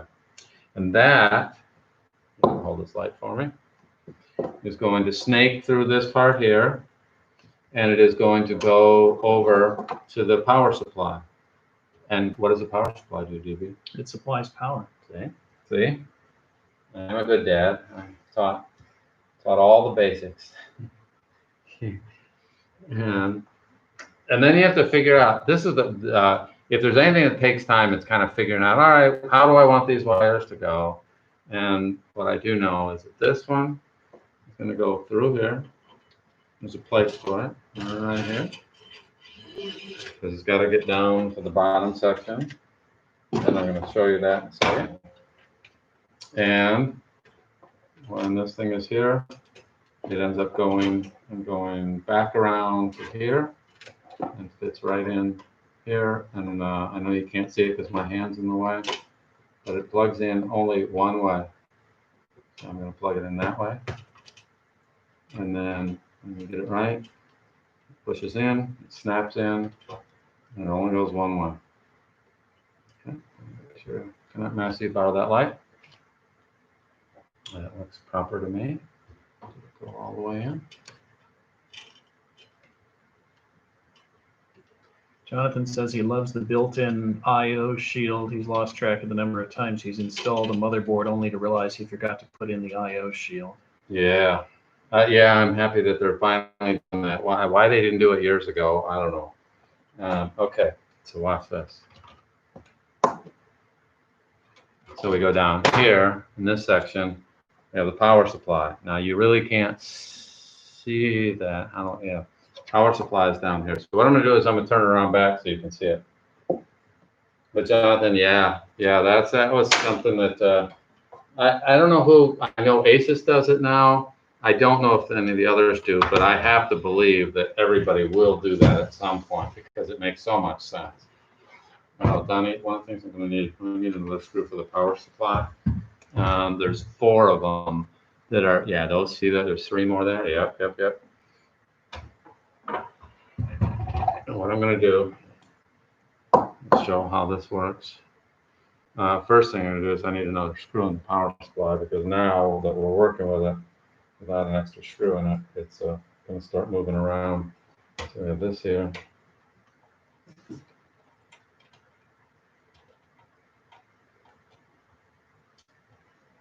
Two screws in now just to hold the power supply in reasonably well as we're connecting things up. All right. So what you can't see is right in here. Oh, you can barely see it. Yes, you can. This way. And in here there are a set of plugs. Let me see if I can get them to where you can see it. How can you see this? Oh, move them over there. Here's the plugs. This thing, this big thick cable here, actually goes in the back, and they go, there's 2 at the top, and then the way these are here, let me see if you can see them. There are 2. You can kind of see in the can. It's hard to see. Let me get that up. Now you see how there's 2 in the back of this thing. There are 2 side by side, and they're labeled 24-pin connector. And I'm going to go ahead and plug those in now. Now, here's something cool about this case. I'll show you. Screwdriver. This is a drive case. This is where hard drives go. And they have a thumb screw down here, but it's easier the first time to open it without. Watch this. This is actually a pretty cool feature of this case, that there's not a lot of space. I'm going to take out this thumb screw. So this is also the little screw that once it's loosened the first time out of the factory, you can loosen it with your thumb. Once that screw is out, this case here slides forward and back. So we get a lot more clearance here between the power supply and the drive cage. And because of that, it makes it easier to wire in. So this is a killer case, because this case, this little drive cage here allows you to slide it closer this way if you want some more space on this end, because you're putting in different fans. You can put extra fans in here, and but by sliding it over, it just makes life easier to deal with. So now the question is, on my camera, you do this, I do this, and now you can see right down here there are these plugs, and that's what these are going to go into. Okay, can you do me a favor and hold that right there? You can see that. And this one's going to end up going. And they're keyed again. Meaning, what does that mean when I say they're keyed? They only go one way. All right. There's one of them. Dan is impressed by the form factor in the PSU. Yeah, it's clever. And what you're going to see when we're done here in a second. I mean, I can't take any credit for it being clever like I did that. I don't mean that way. It's like these guys did an excellent job, and when we're done, just real quick aside here, but there's going to be this case cover that goes in this way and going to cover up all these things so that nobody will see all these cables that are messing around. And I thought that was clever too, that somebody figured out a way. And even on this side, there's another cover that's going to go in. So I read a lot of reviews. This was part of the process. Like, go look up cases. There are 400 possible cases you could purchase on the market, and they all seem, this one's cool, this one's got something cool. But this was got excellent reviews, and also both for performance and build quality and price-wise. There were a lot more expensive cases that didn't have all the features that this one has. And I'm trying to get this in. I'm doing it by hand. I'm not even looking. If I get it right, it'll slide right in. Should I just see it? I need the light here different. I'm not going to steal that. Because once you line it up, it will go in right about there. Okay. Oh, by the way, if I really had thought about it, I would have put in the one in the middle first. There it is, and then put this one in second. So I put that one in and that one in. Now that wire is going in there, and that wire, I might have it out here when we're done. It's going to be covered up, but either way, it's pretty easy. It's clean. Power. 2 connectors here. That went to that. Okay. John and Tom were wondering if you sourced all these parts from the same site or a single vendor. I did 2 sites. Newegg. I used Newegg Business because they had the motherboard inside. It is a problem right now, or it was. It's getting better. But a month ago, I started looking at this about 2 months ago, and the problem was because of COVID, a lot of shipments coming out of China and Taiwan, and where a lot of the components are made. They said they didn't have a lot of container space available, and so components weren't available. So Newegg Business was my primary, but also I did the CPU from Amazon. I did something else from Amazon. So a couple things from Amazon, and the motherboard. Oh, and the case came out of New York from B&H. B&H had the case. So I ordered that from them. Newegg had power supply, motherboard. I'll have to check. I'll verify that. I'll get that and see if I can get that in the notes. So I went to 3 sources. Case was only available at B&H. Amazon had best prices on the CPU. And then there were a couple components that came out. And Newegg, though, was my primary. Okay, did I get it? Is that 3? Amazon had a couple. Mm-hmm. And I went back and forth. I looked at the prices, found out what I wanted. CPU, Amazon had the best price and availability. You also get into this weird thing where if you're trying to build one now and you want to build it this next week, that's one thing. If you have a few weeks worth of notice, a month or 2 where you're going to do it, then you can start accumulating. But then you get into this other side effect thing. If you buy now, the price might have gone down $20, and you just have to kind of go, no, whatever. Don't look at the prices again once you make your decision of where you're buying it, because you'll go crazy. Oh, the memory $20. Shoot, if I just waited 3 days. But you don't know that in advance. At some point, you jump in the pool, and yeah, I'll bet on one thing I lost $20, and then another I gained 20, and it all works out in the wash. And besides, ultimately, it's about getting a tool that will save you time in your production. So yeah, I at some point went, this is it. This is what I'm going with, and I'm taking today's prices, and I did it. And I don't go back and look at the prices now, because I drive myself crazy going, oh, I spent an extra $30 here, and it's just always going to work out that way. I know you didn't ask that, but that's the way we're going about doing it. All right, the other power supply. If you have another question on that, though, be sure to knock that out. Let me know. I do know there's a couple other, so that's the main power connector. This motherboard, because of it allowing for high performance CPUs, which also high performance means higher power, there's a secondary set of plugs, and I happen to remember them. I just don't remember where they are. There is, oh, there they are. Okay. My weightlifting technique. I don't know where it should be. So here's the thing. In this motherboard, up at the very top, I'm going to see if I can point it out to you. Maybe. You can't see that. Right here, there's a 8-pin connector and a 4-pin connector. And what that is those feed extra power to the CPUs. Because this motherboard, it's a higher end motherboard, it's a 570 for those that are tracking that kind of stuff. It's a 570 motherboard. And so it has an 8-pin and a 4-pin. So we have to run 2 more power cables to that. And I'm gonna have to find those cables, and then I'll run them, and then I'll show you how that works, okay?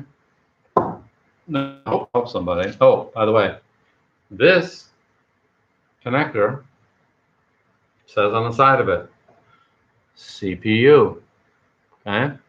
So that's the 8-pin connector that belongs up into these slots, and that's for the CPU. Then, someplace in here, there's a secondary one. Is this the one? Yeah, there's a secondary one someplace. it can go to a four spot. Oh, that's it. That's it. Yeah. Then there's this weird. You're actually using one that's designed. So this motherboard takes a 4-pin, and to get to that 4-pin, you have to find one of these that goes. It's really bizarre. It starts off an 8-pin on one end. I'll show you. So that was one of the hard things when I did it the first time. There's a CPU one labeled that's for 8-pin, and that's pretty obvious. Yeah, CPU. 8-pin, CPU, 8-pin up here at the top. So you almost can't go wrong with that one. And and I should tell you that the real tip that is bigger is you find somebody else who's building with the same one that you are doing, and there's YouTube videos on it that are better than me. I did this on the fly. I just decided it'd be cool to do this live and make a fool out of myself here and there. I mean, overall, I know what I'm doing, but I don't build these all the time. I've built a lot of them over my life. I don't remember every detail. I really was hoping that it would encourage somebody else to go, if this guy can do it, I can do it too. All right, that's the biggest thing for today. But there are some people that they put together these build videos that are pretty comprehensive, and they go step by step by step by step and explain it. And they thought about it because Donnie and I are doing this on the fly, not documenting it first. All right, what's the best order to do this? How do I want to explain this? What would be the best? That's not what we're doing for today. So whatever motherboard you get, whatever case you get, you can find somebody that'll take you through step by step by step, and that's a super killer thing to do that. All right. So I hope I'm helping, but what I really hope to do is inspire you to go, yep, I see. It took him a long time. He didn't get everything right. He missed the screw there. Yeah, he went back and fixed it. Cool, I can do that too. All right. 8-pin, 8-pin. So an 8-pin connector here. There's a slot to get this here. Any more comments there, DB? Jonathan says you actually don't have to use that second 8-pin, 4-pin cable. You only need to do it if you're going to overclock the CPU. Okay. I know they said you had to do the 8-pin. Do I have it right, Jonathan? I thought my understanding was you have to do the 8-pin. The 4-pin one is the one that's optional. Is that correct? He says yes, absolutely. Okay, thank you. Because I couldn't remember. I thought, and I know they say don't only do the 4-pin. That one I remember that one was considered the wrong thing to do. Almost. You have to do the 8-pin. I just remember there was one that was like, oh, be sure to do that one, and don't do the 4-pin. There's a chance of it overheating because it must need more power than the 4-pin provides. Trenton says he actually goofed and missed the 4-pin the other day, so thank goodness he can confirm that one is optional. Yeah. Oh, I have backwards. Then see here. So by the way, so I'm going to show you. Take this out. So for a second, I couldn't get the darn thing in, and you really won't be able to see it. But there's a little lip on it, and if you see this sideways, let me see if I can get this so the camera will show it. You can see it. On the side, you see this? If I put it against the proper background, there's this little clippy deal here. Oh, that's a technical term, clippy deal, right there. Well, on the corresponding thing, it has to go in on one side. There's the clip, the thing that it clips to, and the other side there is not. Then I had it upside down at first, and so I don't really know. Like if I did this every single day, Jonathan may know. Sometimes some things it's easier to come in from the back and then get it right. Some things it's easier to start with it already plugged in here and then thread the cable through. I haven't really figured out which I like better. I'm gonna try it this way this time. So I'm putting this through, snapping that on. Now that cable's in. Now this is easier, by the way. This is the way to do it. Okay, take it from me. No, because I just did it the other way and it was too hard. Now I'm gonna take it. This way's better. And this will go through. All right, my 8-pin one is done. And then once you do that, You have to figure out, this is where you spend most of your time kind of thinking about how you're going to do it. And usually, if you're like me, I do it one way, and then I think, okay, that would have been better if I did it this other way. And really what I should do is I'll put the 4-pin through and I won't turn it around again. But once you have this, now you have to go down into the power supply again. And this is labeled CPU. It's an 8-pin. And you have to figure out, okay, how am I going to route it here? Well, I got to go down to here. So I'm not going to be able to get it to go over to here. So on this one, I'm going to go right down here, plug it in, and then sometimes I have to unplug it later if I want to route it a different way. All right. And let me look and read on the power supply. Can you have me that? No, I can see. Peripheral. Oh, I see. PC 662 PCI plus 4 CPU. All right. It's labeled. And here's the, I think this is a, there's another CPU cable. All right. Anyway, so now 8-pin. It's labeled. Can you hand me that light, please? Where'd it go? I think it's on your side. It's under there someplace. Okay. And a professional tip here: don't get old, because then you can't see anything. Okay. Now you know. Just got to throw that out there for you aspiring pros. Having better eyes is a win. May even apply to other things in life. I don't know. Glasses have become important to me. If you know how many pairs of glasses I have around my house, it's like, oh, gee. They're in the kitchen, they're in the living room, they're in the bedroom, I keep a pair that never leave my desk, my computer desk. Gary says I'm a little late, but if you put a cloth under the case, you could just rotate the case without picking it up. Yeah, that's a great idea. Where have you been? What? Why? Yes. That's a smart idea. It's not my table. So I'm trying to be very careful because it's not my table, but that would have been a smart thing to do. And actually, that's funny. I did that at my house. I had it on a towel. I put it on a towel, and that made it easy to rotate. Why is that not going in? I'm not happy with the way that one's not going in. Let's see if it goes into this way. Oh, that one was right in. Sort of. I still can't get that one. Oh, okay. Let me rotate it. Yeah, I have to lift it up every time because otherwise I scratch their table, and then we go from being, oh yeah, I don't like that guy. Mm-hmm. Why is that one not going in? That one should go in. It's the right one.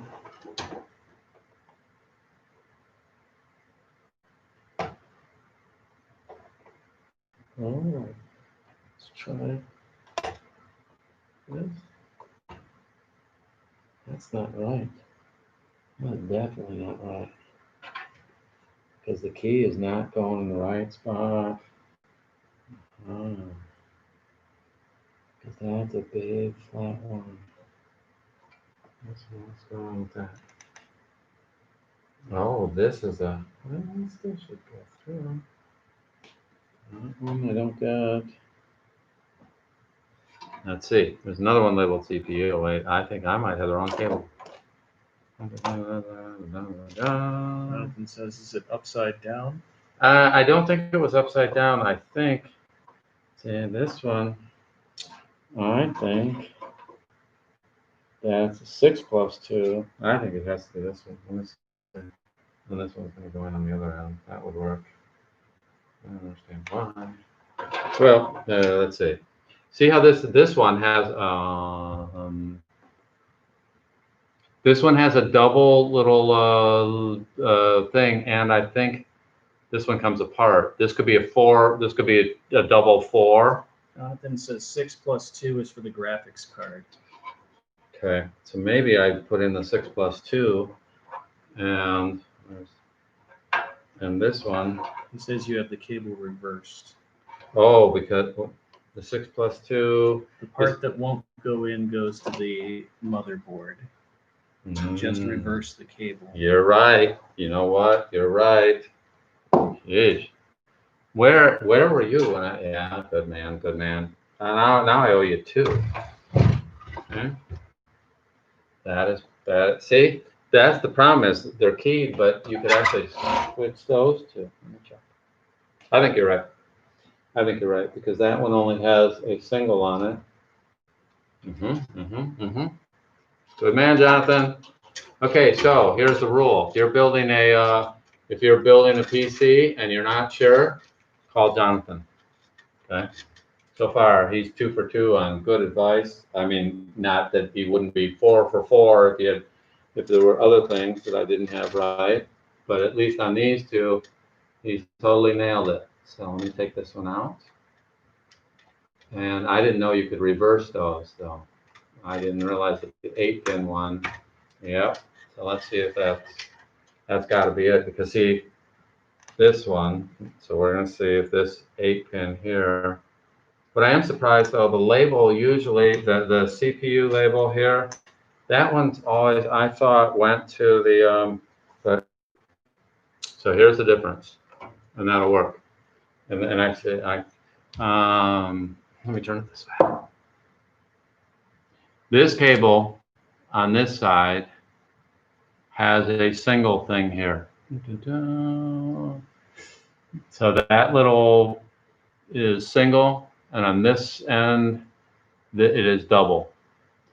So the double has to go into the motherboard, and it's, you know what? The funny thing is it's keyed properly. You can actually fit them on, but this one is a double wide little thing with the hooks in. So that's what I didn't pay attention to, Jonathan. It's kind of funny. I did get it right on my other one, but I got it right by luck, not because I understood it. So you are correct again. I'm going to take this one. Put this one through here. The 8-pin part goes. How many of these you built, Jonathan? What did you say you built? You said something. All right, there's that. And hopefully Donnie will read the comment there to tell us how many you've built. Jonathan says over 100. Oh, okay. Then you have full rights to laugh at me. I think I've built, over the years, I've probably built 10, maybe 12, but it's like the last one I built was about 4 years ago, and then I built one a couple weeks ago, this exact same model a couple weeks ago. So therefore, your experience trumps mine by far. So yeah, so now this 8-pin, watch this will go right in because it makes sense. And what I didn't realize was that it could go in that other way, but I'll bet you. Right. Let's see if I get in the right spot there. Boom, boom, boom. There it is. And when you have it right, it slips right in. Okay, so that's annoying.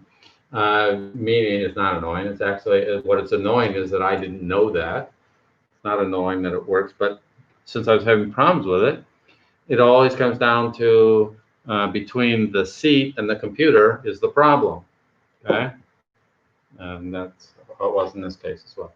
So now I am going to put the 4-pin on. I'm not planning on overclocking this one, but I do want to have all the power it could ever want. And then if it doesn't use it, cool. So Jonathan, we'll talk through this. So that 4-pin, I'm going to show you to make sure I got it right.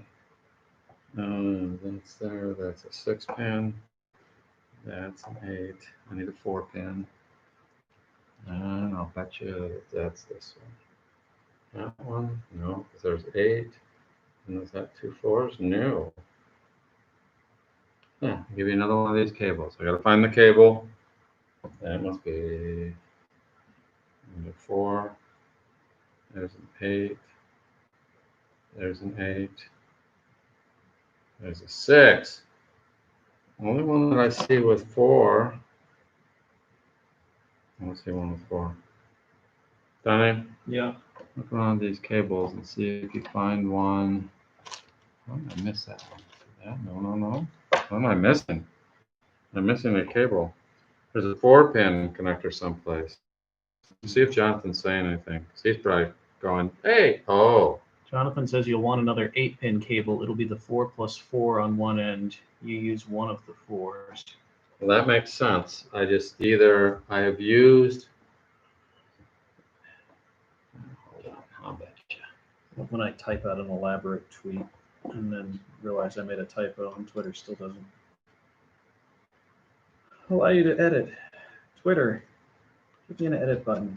It's been 10 years. All right, Jonathan, I'm going to see if what the double that I put in here is really a 4-4. I'm going to check that. I'm thinking that was a 4 and 4. Jonathan, what do you do that you end up doing 100 of these things? You build. Is that your other gig? This 4 plus 4. These come apart. Ah, look at that. Jonathan, you are brilliant. I love you, man. So, not obvious to me, but obvious to you. So watch this, guys. So I'm gonna go to Jonathan and go, thank you, man. All right. This one was not obvious to me. When you look at it, it looks just like an 8-pin. I don't know if I can get my hand behind that. Yeah. So this one right here looks like an 8-pin. There on it, you can see on the back side of it, there's a way to separate this 8 into 2 4s. And there's a little pincher thing that you can, that'll take it into, let's see if I can get that, where that is.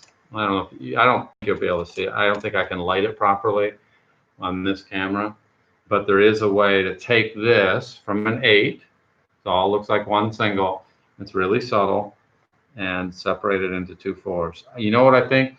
When my other one came, it's for some reason this cable was separated originally into the 2 4s because I don't remember it being together as the 8. As the 8. I had it, and so I got it right, not because I knew. There we go. Look at this. It's separated into 2 4s. Now you see those 2 4s? That was what I needed. For some reason, when it came, the cords were apart on my other build. On this one, for some reason, the power supply came with them put together. So I didn't make the mistake. I didn't even know it was a possibility. I found it as 2 4s. I didn't realize that this one could be both.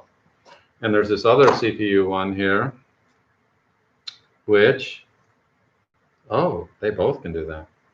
Well, one of them was apart on my other one, okay? So now I know, okay. So one of them comes, they both can come apart. So these 8 pins are, you see that, DB? So this is an 8, but it can come apart into 2 4s. Mm-hmm. For whatever reason in the package, when I got the other one, the 4s, the 2 4s were already separated. So it didn't confuse me. I saw it and plugged it in. On this one, they're both together. And so I didn't realize that was the case. All right. Now we know. Now we know. Jonathan says he was a software developer and worked at startups in Austin, so he doubled in IT when needed. Cool. I love you, man. That's cool. I was a software developer in my 30s, but I didn't have to. And I did build some. I just didn't build as many. You're way ahead of me on that one. All right. So there's that. Now I'll get plugged in here. All right. So now look at this. I have one 8-pin and one which is 4-pin, 4-pin. So those are what go up there. So now I can do that, and we'll be done with that. That's taking longer than almost everything else is figuring out the cables. See that? You get stuck on the silly little stuff of going, I know there's some logic here. I know it has to work. I know that it can't be that difficult. And yet I have, since I didn't notice that you could take these apart, and my other build that I did already came in the box with one of them taken apart, and that if you wanted the 8-pin together, you had to put it together. So I did not even realize that was a thing. All right, so that means the 8-pin one now. I can do that quickly. So there's that.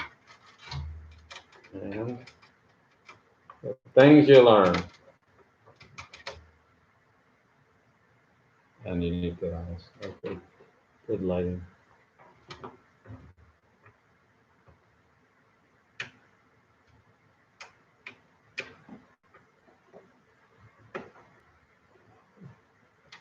See exactly where it goes. There we go. See that there? Right? The 8 on the right. It goes to where the little squeezy things on the top. Oh, so it's upside down. Yes. Okay. Yeah, it's hard to torque it properly.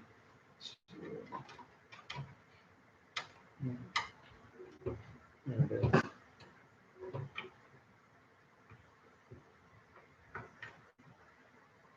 There it is. Got it. Fixed it. Yeah. All right, so there's the 8-pin. And then now we'll put the 4-pin through. Or the 8-pin and the 4. Hold this for me, please.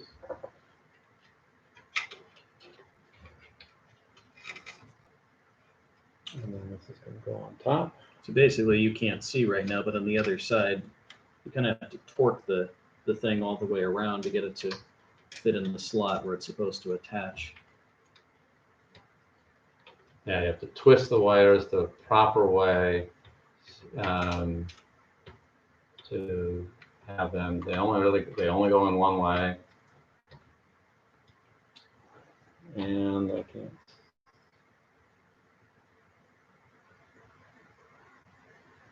See it. It's got to be that way. Can't believe this is.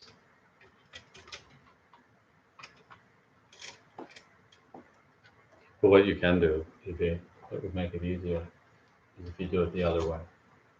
Because it goes into the power supply, that's easy. So if instead what you did, Jonathan probably was going to say this in a minute, hey, Bozo, do it this way, it's easy. You're just doing it the hard way. If I went through it this way, got this one right to begin with, I predict that it will be 10 times easier because I'm not fighting against the wires. There it is. See, now the issue is if you go in from the other side and get that wire in right, then you can thread this through easy. And Jonathan's probably typing that out and going and laughing at me out loud, which is okay. I deserve that. All right, now this, because it only goes in one way, and we're looking at the thing, which way is my prediction. Ordered that light. You know what? It's probably getting low on battery. That one's a USB plug on it. Jonathan says he's not laughing at us at all. Cable management is always the biggest and most fun challenge. Yeah, this thing's going out. Okay. You have a regular. That's an old school. Those are Harbor Freight. It's a Harbor Freight light, and it's a USB-D connector. No, not there. Sorry. Yeah, sure. So by the way, if you get these lights, these things are like $30 at Harbor Freight, and they have a little connector in here. If you can see it. You see right in there, there's a little flap, and then right in there is a USB-D. It's those old school. Some phones have that exact same charger. Some have the USB-C. Is yours C or D? Do you know? My phone definitely is, and I might have one of those in my bag. Okay, it's their Harbor Freight cheaped out on that, but I mean it's one of these utility lights that I've used 400 times, and I really like it. Let's see if I can take this one out. Move it over one slot. So yep, this is the hard part. It's kind of funny that you get hung up on the little thing. It has to do with and then now how many of you are like me and remember that I remember when I got a phone first time that had a flashlight on it, going, boy, that's the dumbest thing in the world. Why would I want a flashlight on the phone? And then later you realize, geez, that's a handy thing to have. You use your flashlight almost more than you use the phone. Yes, I do.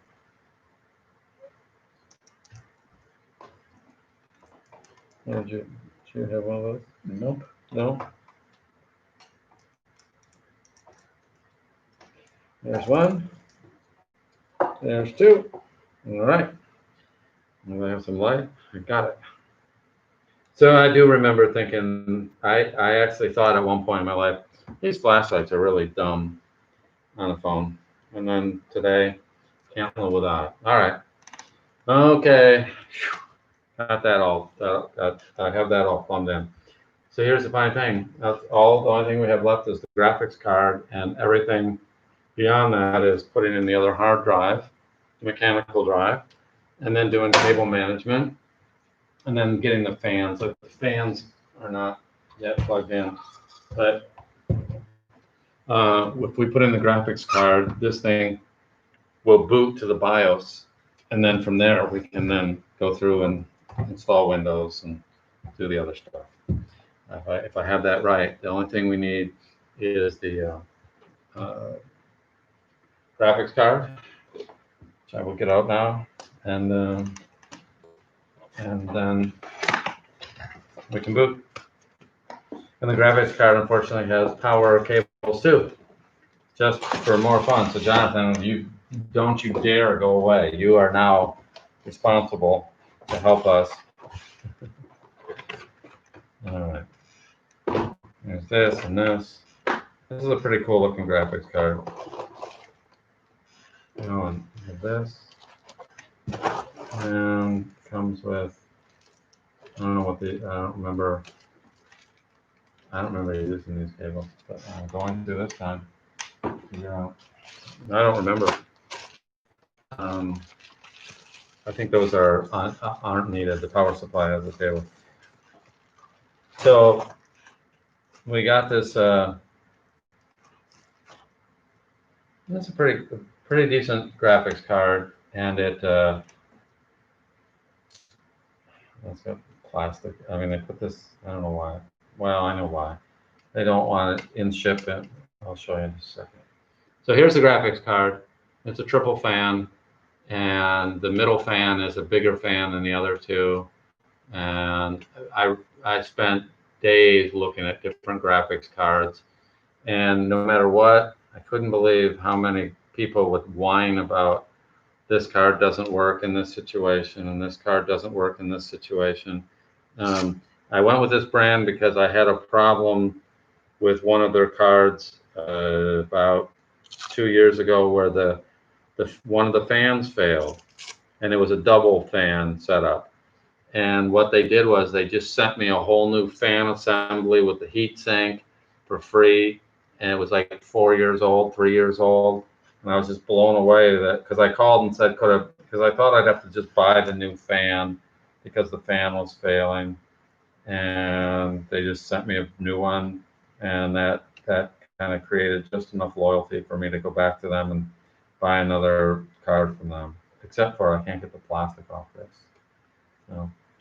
Jonathan says you don't need those extra cables, and Dan says those extra GPU cables are for interconnecting two cards. Oh, cool. Because I was thinking, I don't remember using those on my other one. Now I know why. It's a good thing. You guys are there. All right.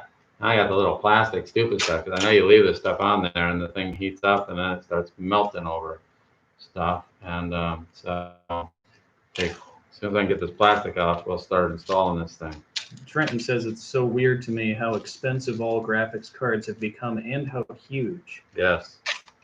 And so if we're just doing voiceover, I don't know if he really needed this card, but since Donnie's also been doing some video related things lately, I decided to buy him a higher end card than what I thought he needed. And the gamers, they're doing a lot of stuff that really is more than what we'll do with voiceover and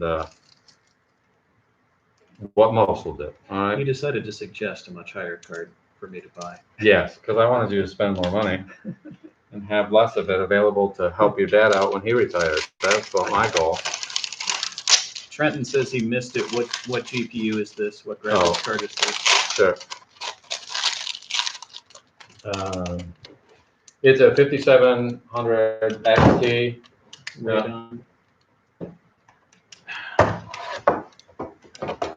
There it is. Donnie, you can hold that and model that for us. So it's Backward. yeah. I'm getting the mirror effect here, but yeah, Okay. it's a Radeon 5700 XT AMD. So yeah. And you know, they did a fat boy on this one. It supports 4 monitors out of the gate, up to 6, and then you know, and everyone's going back and forth. People love or they hate the AMD graphics card. They really hate the drivers, but the drivers have been getting better reviews since they've done the recent one, and so a lot of people are with NVIDIA. I decided to go with a complete AMD setup so that I can go complain to one vendor that how come your graphics cards don't work with your CPUs if something fails. And I'm going to take off the 2. It's a dual slot in the back. It takes 2. That's not what you call it. It's a single slot card that takes 2 of the things in the back. I don't know, what are these called? These are little covers. I don't know what that's called. You have to take out 2 of them because the back of this card is double wide here, but it only has 1 slot. Okay, and you can see in the motherboard here, there's the 1 slot. This motherboard has a reinforced slot to handle these heavier cards. That slot there is where we're going to put it in. It's going to run all the way over to here. Now, what I'm going to do, because I remember the last time, is I'm going to make sure that we get the power. This is 2 8-pin, no, 8 and a 6. So that's PCI, and this one, if I have it right, Jonathan, man, I missed this. You be sure to. This is an 8 to a 6+2, so that's going to go into the. There's a 6 here, and the other one should be this other one, which I believe is the same thing where it's an 8, and there's an 8 on the other end of this one, but it also could go to 6 too. So let me make sure. I'm going to hold these up for you.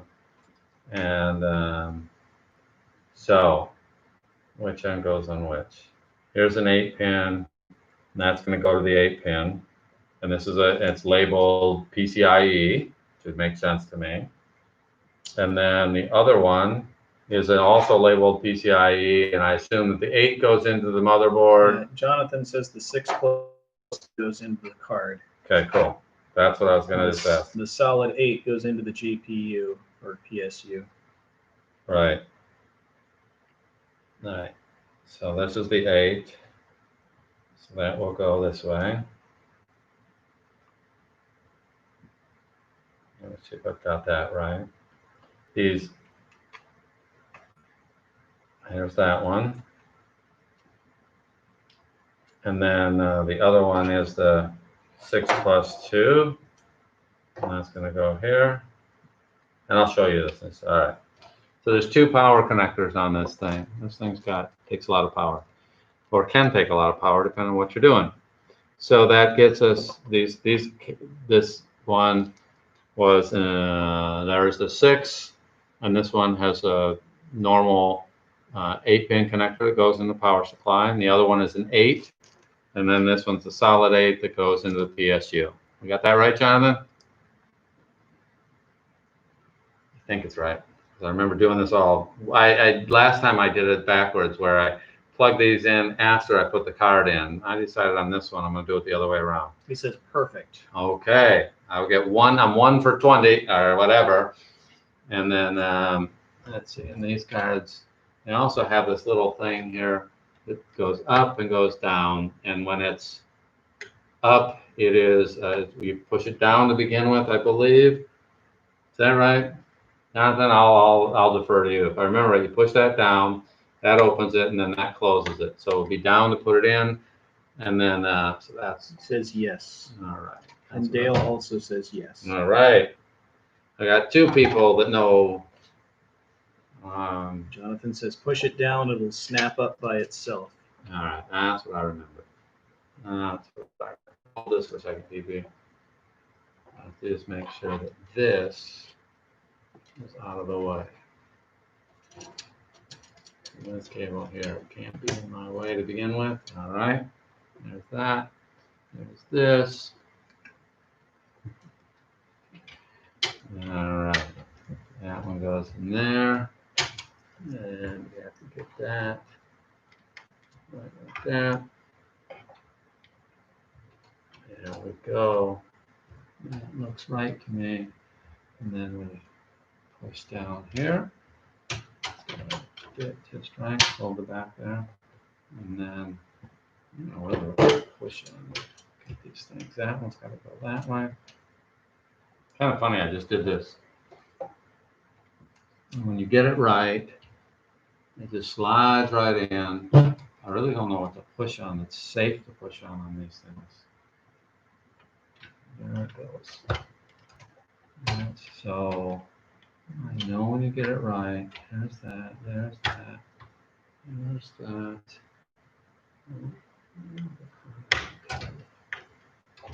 Right there. Right there. Right there. Oh, but like everything else, when you get it right, it just goes in like butter. When you have it slightly wrong, if you're missing something, then it won't go in. Let's see, this can, there we go. That was it, right there. This little tab, by the way, can catch on the graphics card on the back. And if it's not pushed in and it catches, then the card won't go in properly. And then that way on there, and it just popped up there and there. All right. So I'm just going to warn you if you're ever building this kind of thing. I had this in last. The card as it's going in over here, if they catch, because you have it at a slight angle, it won't go down. I'm going to put the little thumb screws. Anybody made any good comments? Jonathan says he's never put in a GPU with the case upright.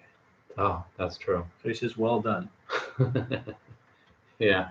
You know what? You're right, because normally whenever the other times I did it, I wasn't trying to show anybody on camera, so I've always done it with the case down. You're right, because I was thinking, it feels different. I didn't know why. You're very insightful, and I didn't do it that way either. My last build, and trying to be a good citizen and make sure people can see what we're doing on this one. That doesn't always work. But that's the intent. And then I'll get this in here. Jonathan says you just did it in hard mode. So good job. Yeah. All right. So that one is in. That one is in. And really, we will be at the point where we need to get an HDMI cable. Now, what I'm going to do is run these. So let me show you this. Yeah, sorry about that. If I scratch your table, then they're going to make me buy a new table too. All right, this can go in. They've got a slot down here, and so this can go through to the power supply, and they do like this. See that there? And this one can go through to the power supply area.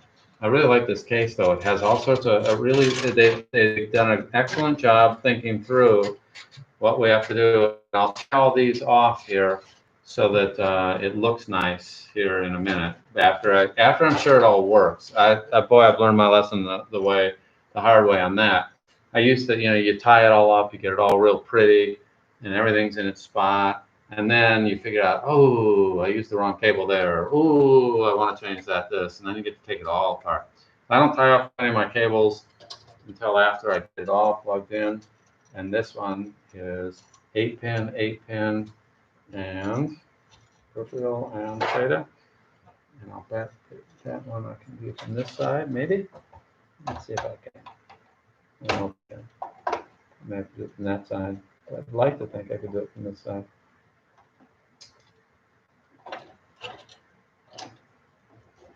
And if I can, I will. If I can't. While he's doing that, briefly, we have a very valued third member of the build team here. This is Boone, who has been just fascinated throughout this entire process. He's always wanted to do something like this, and you just can't believe he finally gets to be a part of it. So.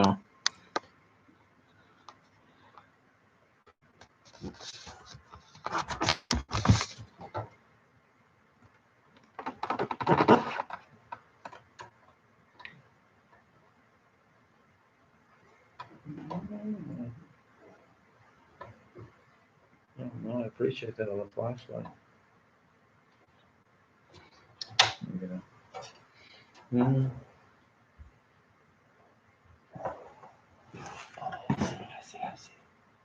I see. Yep, I see. So that's that one and that one, and it goes that way. And now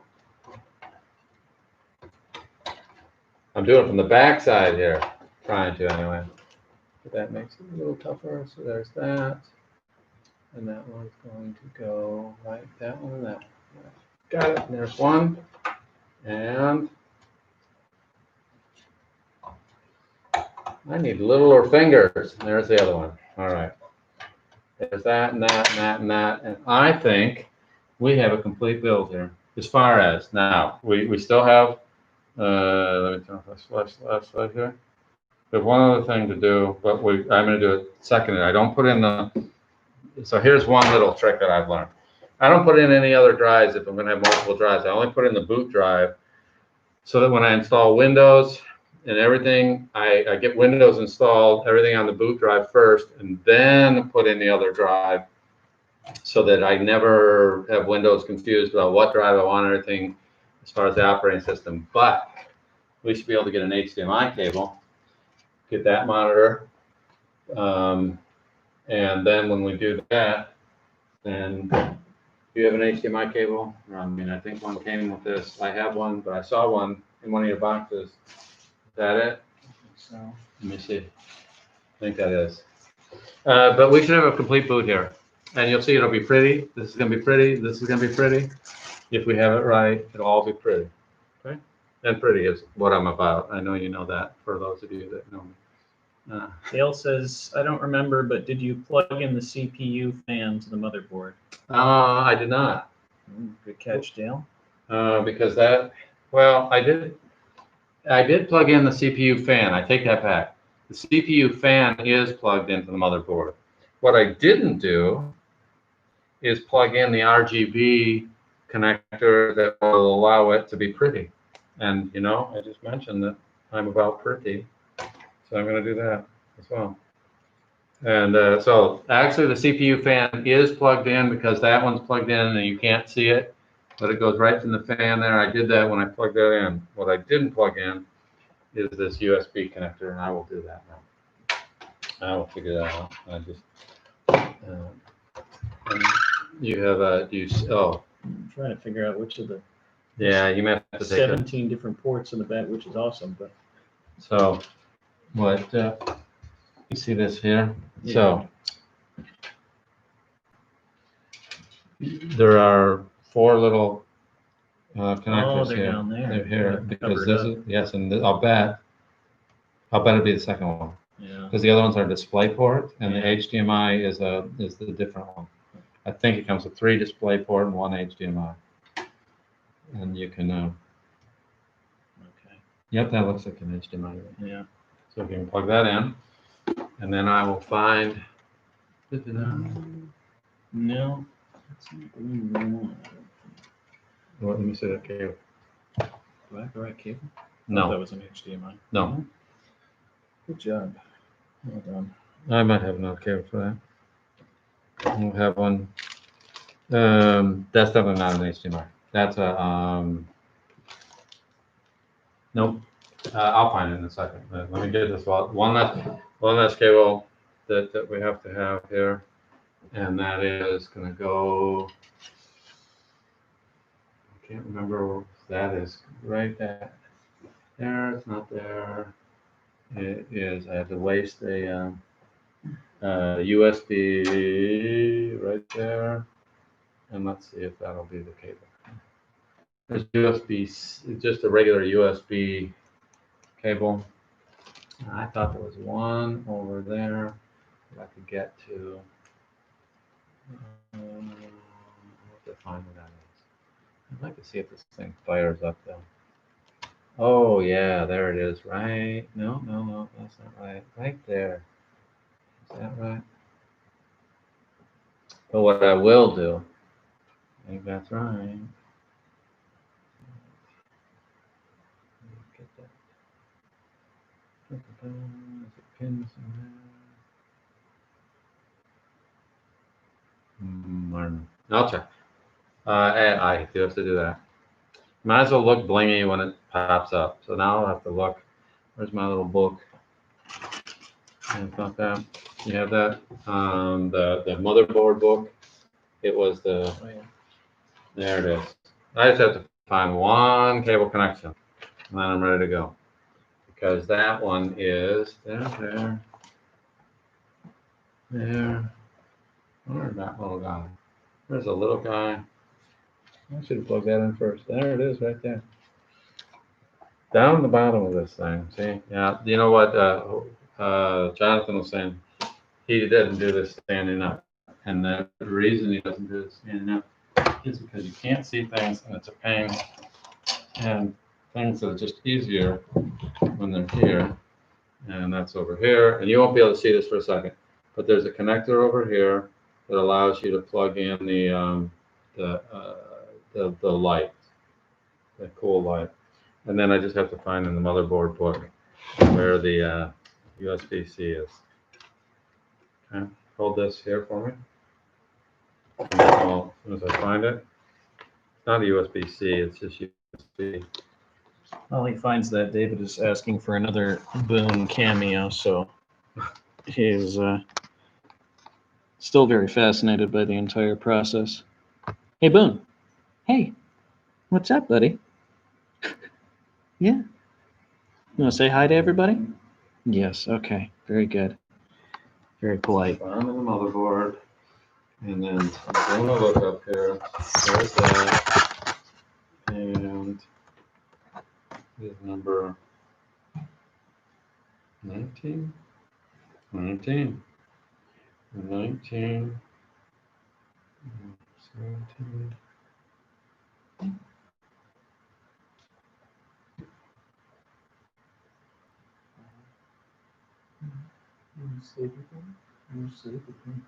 No, I see it. Okay. So, where's that cable? Did I hand you that cable? This is it. Got it. Sorry, guys. Kind of live. Oh, I had one on the other one. I had one on the other one that was a different place. There's another one that I'll find, but I'm going to get this one working for now. And I'll find this other one on the motherboard, because right now, this wire is going to end up going across and in an ugly spot, but I'll be ugly for a minute. So that'll work. And it has to go that way.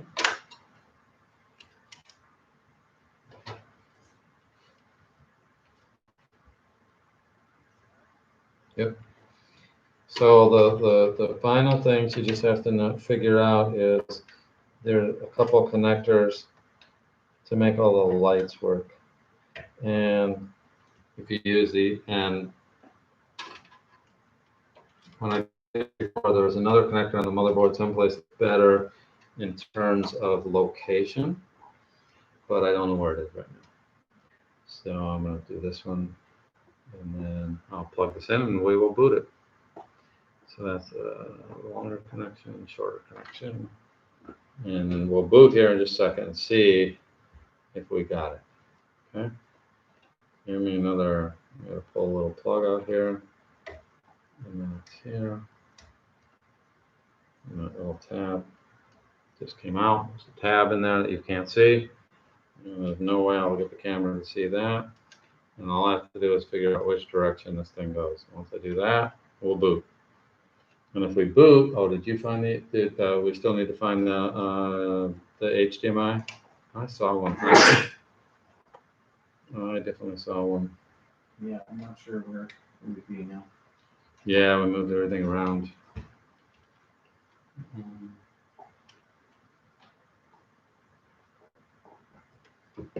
Stand by. Hope you guys are multitasking. What's wrong with these people?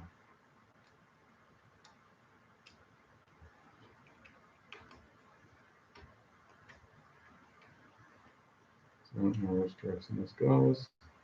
This I should have put on before I put in the graphics card. That would have been easier. And it's tough to do with one hand.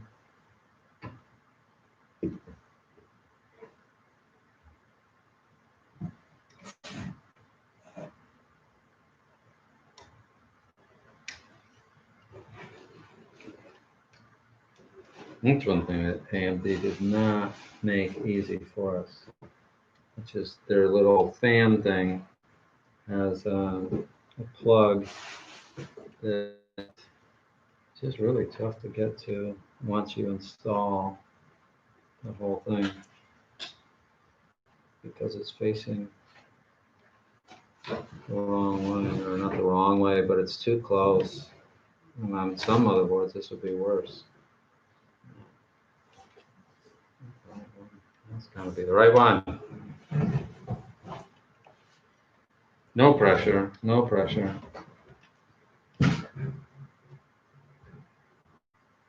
I saw it earlier today, Dan. I just don't know where. Where did you see it? Well, over, yeah. As I was moving stuff around. In this general area? Yeah, definitely, because I moved everything around trying to get. Yeah, did I get it? Ah, got it. Think I got that. I saw it. Let me find that. Not here, not here, not here. Not here. What's that cable that's sitting on there? That's what I just did. I was thinking that one. I might have thought that one was the one too. Hold on. In there? No, I just left them out. And you can look again. You missed it.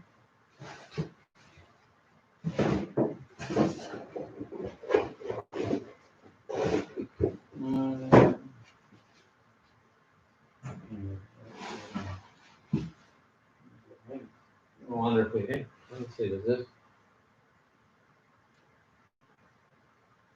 Oh, well, that's dumb. Then I'll just use, this as a data port. We have 3 of these. I was thinking an HDMI. This will work fine. So I was right. You were right again. See?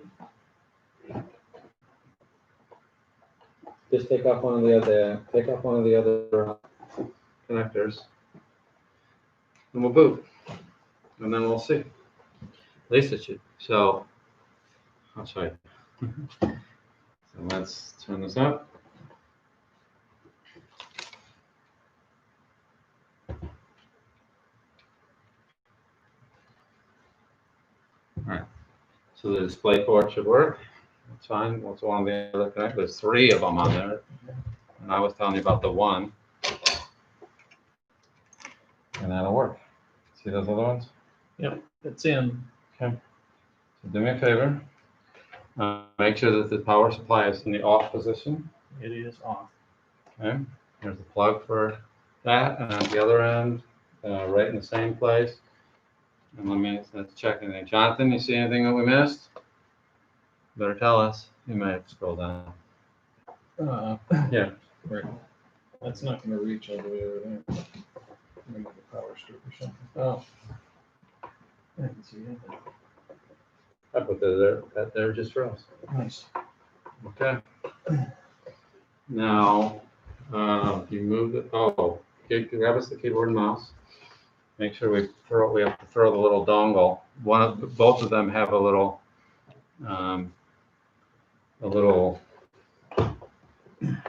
connector for USB. All right. So if you haven't been laughing at us yet, you are laughing at us now. Or you should be. You get yours over here.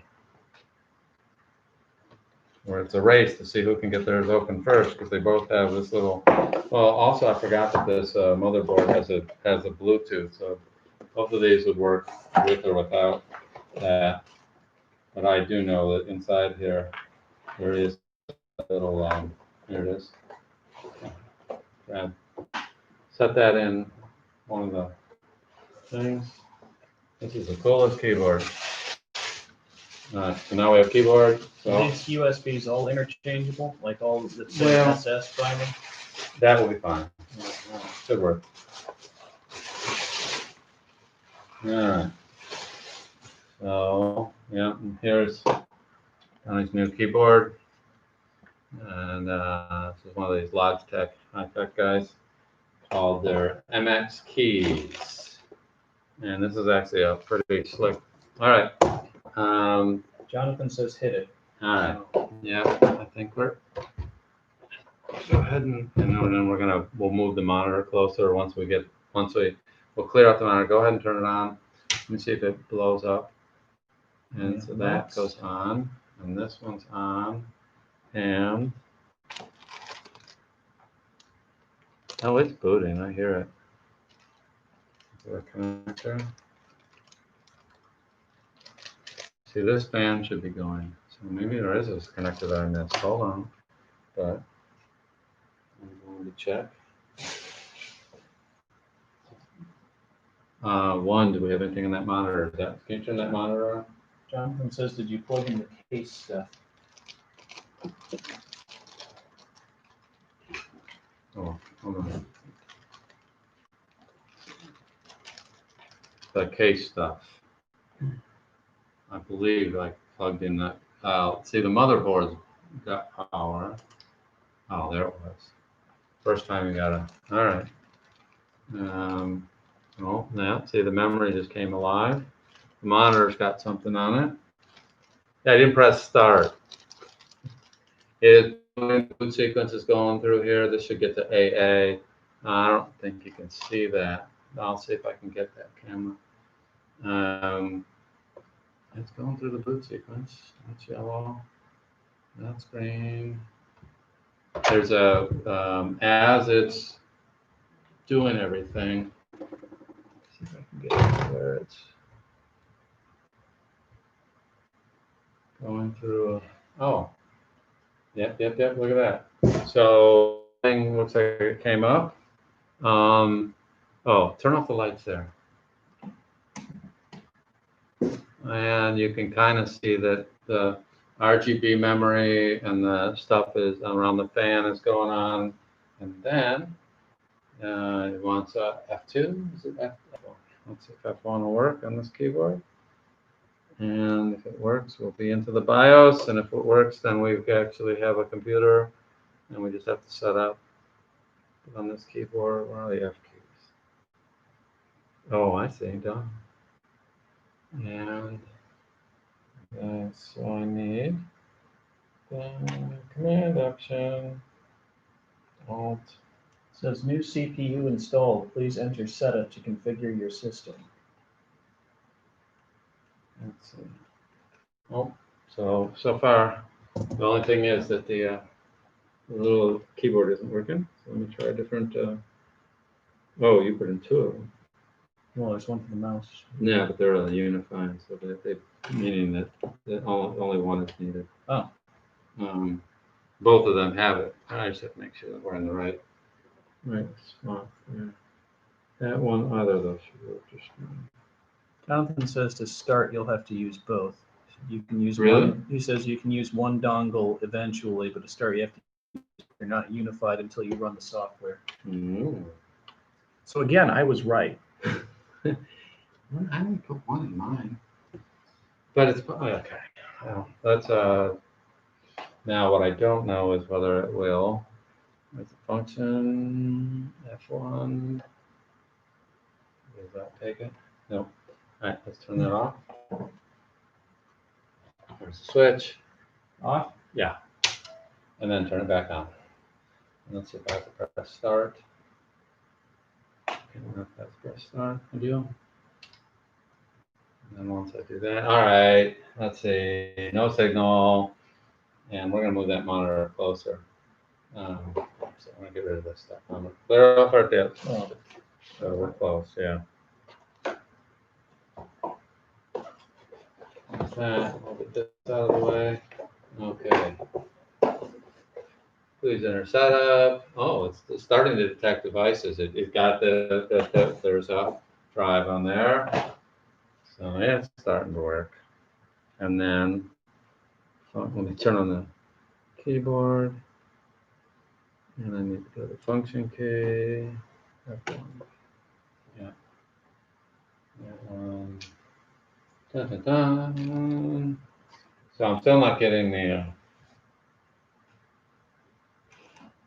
It is still not coming up and recognizing the keyboard. Oh, well, you know what? That's because it's a brand new keyboard, and there's no way that it's battery or it is turned on. Where's the little power switch for this keyboard? Yeah. Okay, so here's a pro tip. If you don't turn on your keyboard, it don't work. Okay, there it is. So see, it worked. It's that keyboards that are not turned on will not work. That's a real pro tip. But other than that, we're in the BIOS, and now things will work in terms of you can see I'm moving around in the BIOS. I'll bet that mouse may or may not work, but it's got a mouse cursor. So let's see what happens if I take this mouse and I haven't even turned it on yet. I'll turn it on right now. I never use the mouse for the BIOS. Oh, look at that. And even the mouse is working straight away. So mouse is working in the BIOS. I don't know if you can see that in the background there. You can see the little mouse cursor moving around. And the keyboard's working. I can use the up and down arrows to come up and go down to different things. I probably can use. Yep. So we can go ahead and I know what I need to do here. There's a great channel, by the way. Who's the guy? Jay's 2 Cents. He has a whole set of things that he does when he first starts up. And like one of the things that we will do is the BIOS on this one is, how old is the BIOS on this? Let me go back to the beginning. So the first thing I do is make sure that the BIOS date is 1/20/2020. So what's that? We're in September here. Yeah, 9 months old. There's a new BIOS. So we will go ahead and offline now, set up a new BIOS, get the latest BIOS that's in it before we do anything. Then we'll set up the operating system. We'll set up Windows and make sure all that stuff's working. And who was it? Was it Jonathan or Dale that asked about the case things? You are correct. The thing that I didn't set up for the case is the power button. And what they did is in the back here. You are correct. Somebody said that. I don't know who said it, but there's this little connector here. It goes right down at the bottom, and that would allow the on-off switch to work and the USB cables and other things. But on-off and the reset switch all to work from up here. So those I did not set up yet. Okay. So I think that's about it for the live stream here for today. We've taken, how long has this taken? 2 hours and 59 minutes and 1 second. Okay. So for you guys that hung in there, we have to figure out what's a bonus thing we can do. If you don't, oh, by the way, Jumpstart for RX, because there's now a brand new version of RX.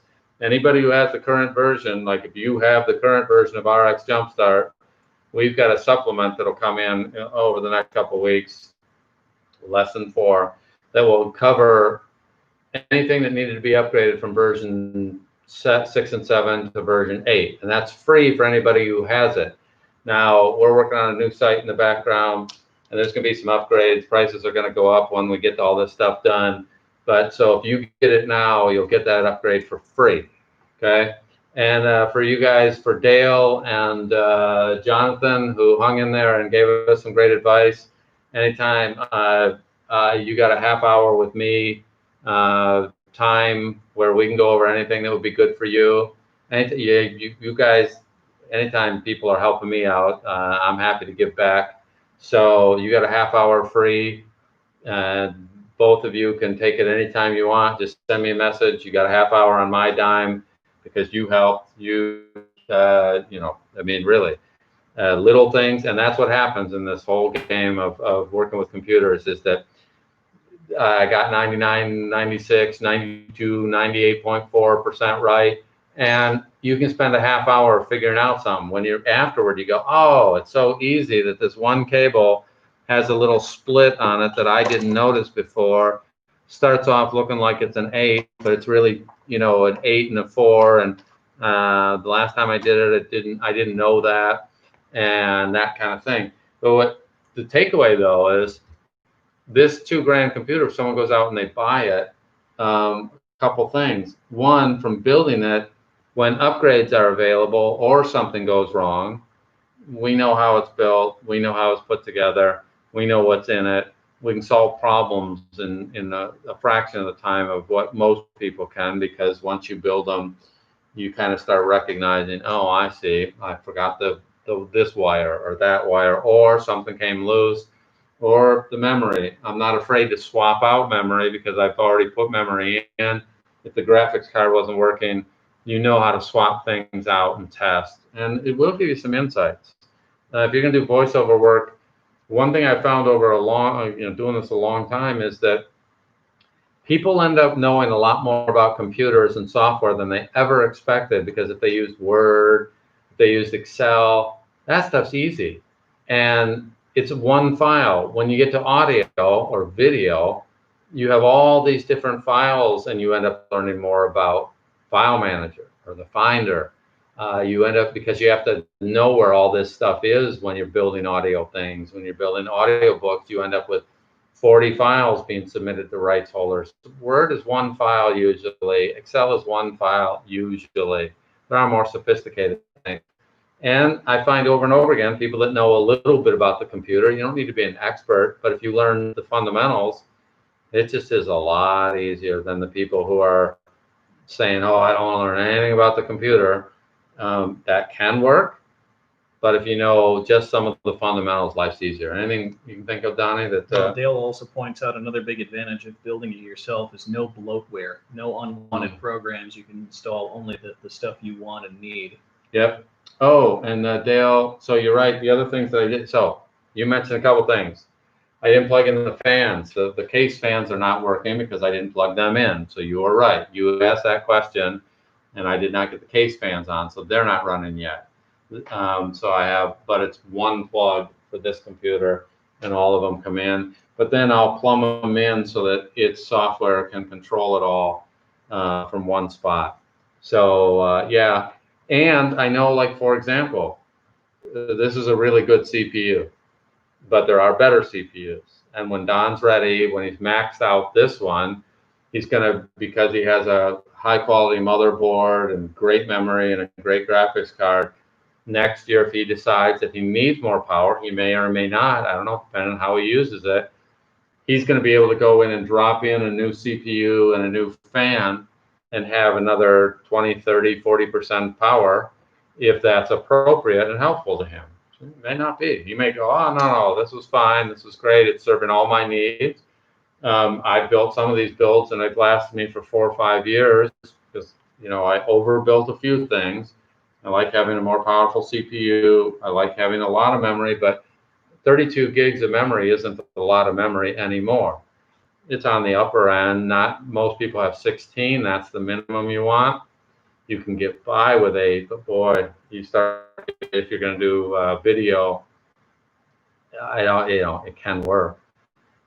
This thing's so fast because of the power that it has. Any of the newer things, And we will also, the memory right now, I know the memory is right now running at the stock speed. We'll get that up to 3600 here later today and get everything else, tweaked out. So anything else anyone wants to say? You're definitely ahead of the, what, I can't read. Oh, where you are today, you're ahead of the curve. Yeah, that's the thing is, now there are better, like this is, like I said, it's a 12 core, 24 thread CPU, and there are 16 cores, but the price differential to go from 12 to 16 was substantial. It would have been another $400. And I didn't see necessarily him maxing out the 12 core for another year or so. And when he does need to, then if you're doing enough in business, then you can justify it and go, yeah, $300-400, but it's not spending thousands. He's already invested. Great case, great motherboard, great memory, and it's all upgradable if he needs it over time. So, there's any other comments or questions? Big advantage, no bloatware. Yeah, it's a great group. No surprise. Very kind. But Dale, you did a whole lot, and you had some good things. And Jonathan, So anyway, so for you guys helping out, I appreciate it as always. Bunch of great people. If you haven't checked out the Studio One group, be sure to check that out. RX, and again, if you're gonna get RX8, get the RX7, get the Jumpstart now. Prices will go up when we get, and the RX8 supplemental stuff will it's all included free for anybody that has the RX. If you are Jumpstart, you'll have all the RX8 stuff. And if you don't get RX8 immediately and you decide to wait 6 months, cool. You'll still have access to the RX8 material when you get it. If it's now, 3 months from now, 2 years from now. I've been working with RX8 for a while, but there's a couple of really cool things, and they don't tell us when they're going to ship it. They do not tell the outsiders who are working with it when it's going to ship. I knew it would ship sometime this year. I didn't know if it was going to ship. Now, I kind of thought there would probably be another month before it would ship, but they never tell us. They just don't tell any of the people who are, are working on the betas and things when it's going to ship, and that's their way they work, and that's cool. And so I was as surprised as anybody that the announcement came a couple of days ago. I really thought, if I had my crystal ball, I would have guessed another 6, 8, 12 weeks before they were ready to ship it. But that's just the way they work. They've done that I've been on the beta since version 4, and that they've just always done that. So anyway, get the stuff now. If you already have it, then you know that you'll get all the cool stuff. And there is some nice stuff. I like the new batch processing. There's something that I've been kind of chewing on their ear for a long time, and I wasn't the only one. But certainly I use batch processing every day in my life, and they've made some. It's really nice the way we now can take module chains and we can use them in batches, and the process is the same. And there are a couple little tricks that I'll be showing off. I think you're going to be really impressed with, where you can solve problems. Not everyone needs to solve the problems, okay? Some of you aren't going to need any of it, but for those people, especially if you're ever editing for other people, man, what a great. I don't understand somebody who's editing for somebody else who doesn't run out and buy it, tomorrow, today, the day before. All right, hope you guys have a fantastic day. This was totally unplanned. When I told Tony earlier, I said, yeah, I think we'll live stream it. It's like, wait, we don't have our mics, we don't have all the stuff. He doesn't have all his recording equipment here because we're just building this place here. I didn't have all my stuff set up, but we said, no, so what? We'll do it anyway. Perfect. Nah, lighting isn't perfect. I'm not perfect. He's an upgrade. But so hope you guys had fun. I appreciate you spending the time with us. I hope this helps somebody, and more importantly, inspires you to build your own stuff, because you'll get more value. You learn some things that pay off. You do blow off some time figuring it out, but it does pay you back over time. That I found over and over again. So I'm looking at just lots of good wishes and thanks. And, okay, yeah, cool. I appreciate all you guys. All right, you have a fantastic one. We'll talk to you later. Have a great day. See you on the wires. Bye. Yeah, I can get it. We're fighting over ending that. Talk to you guys later. Bye.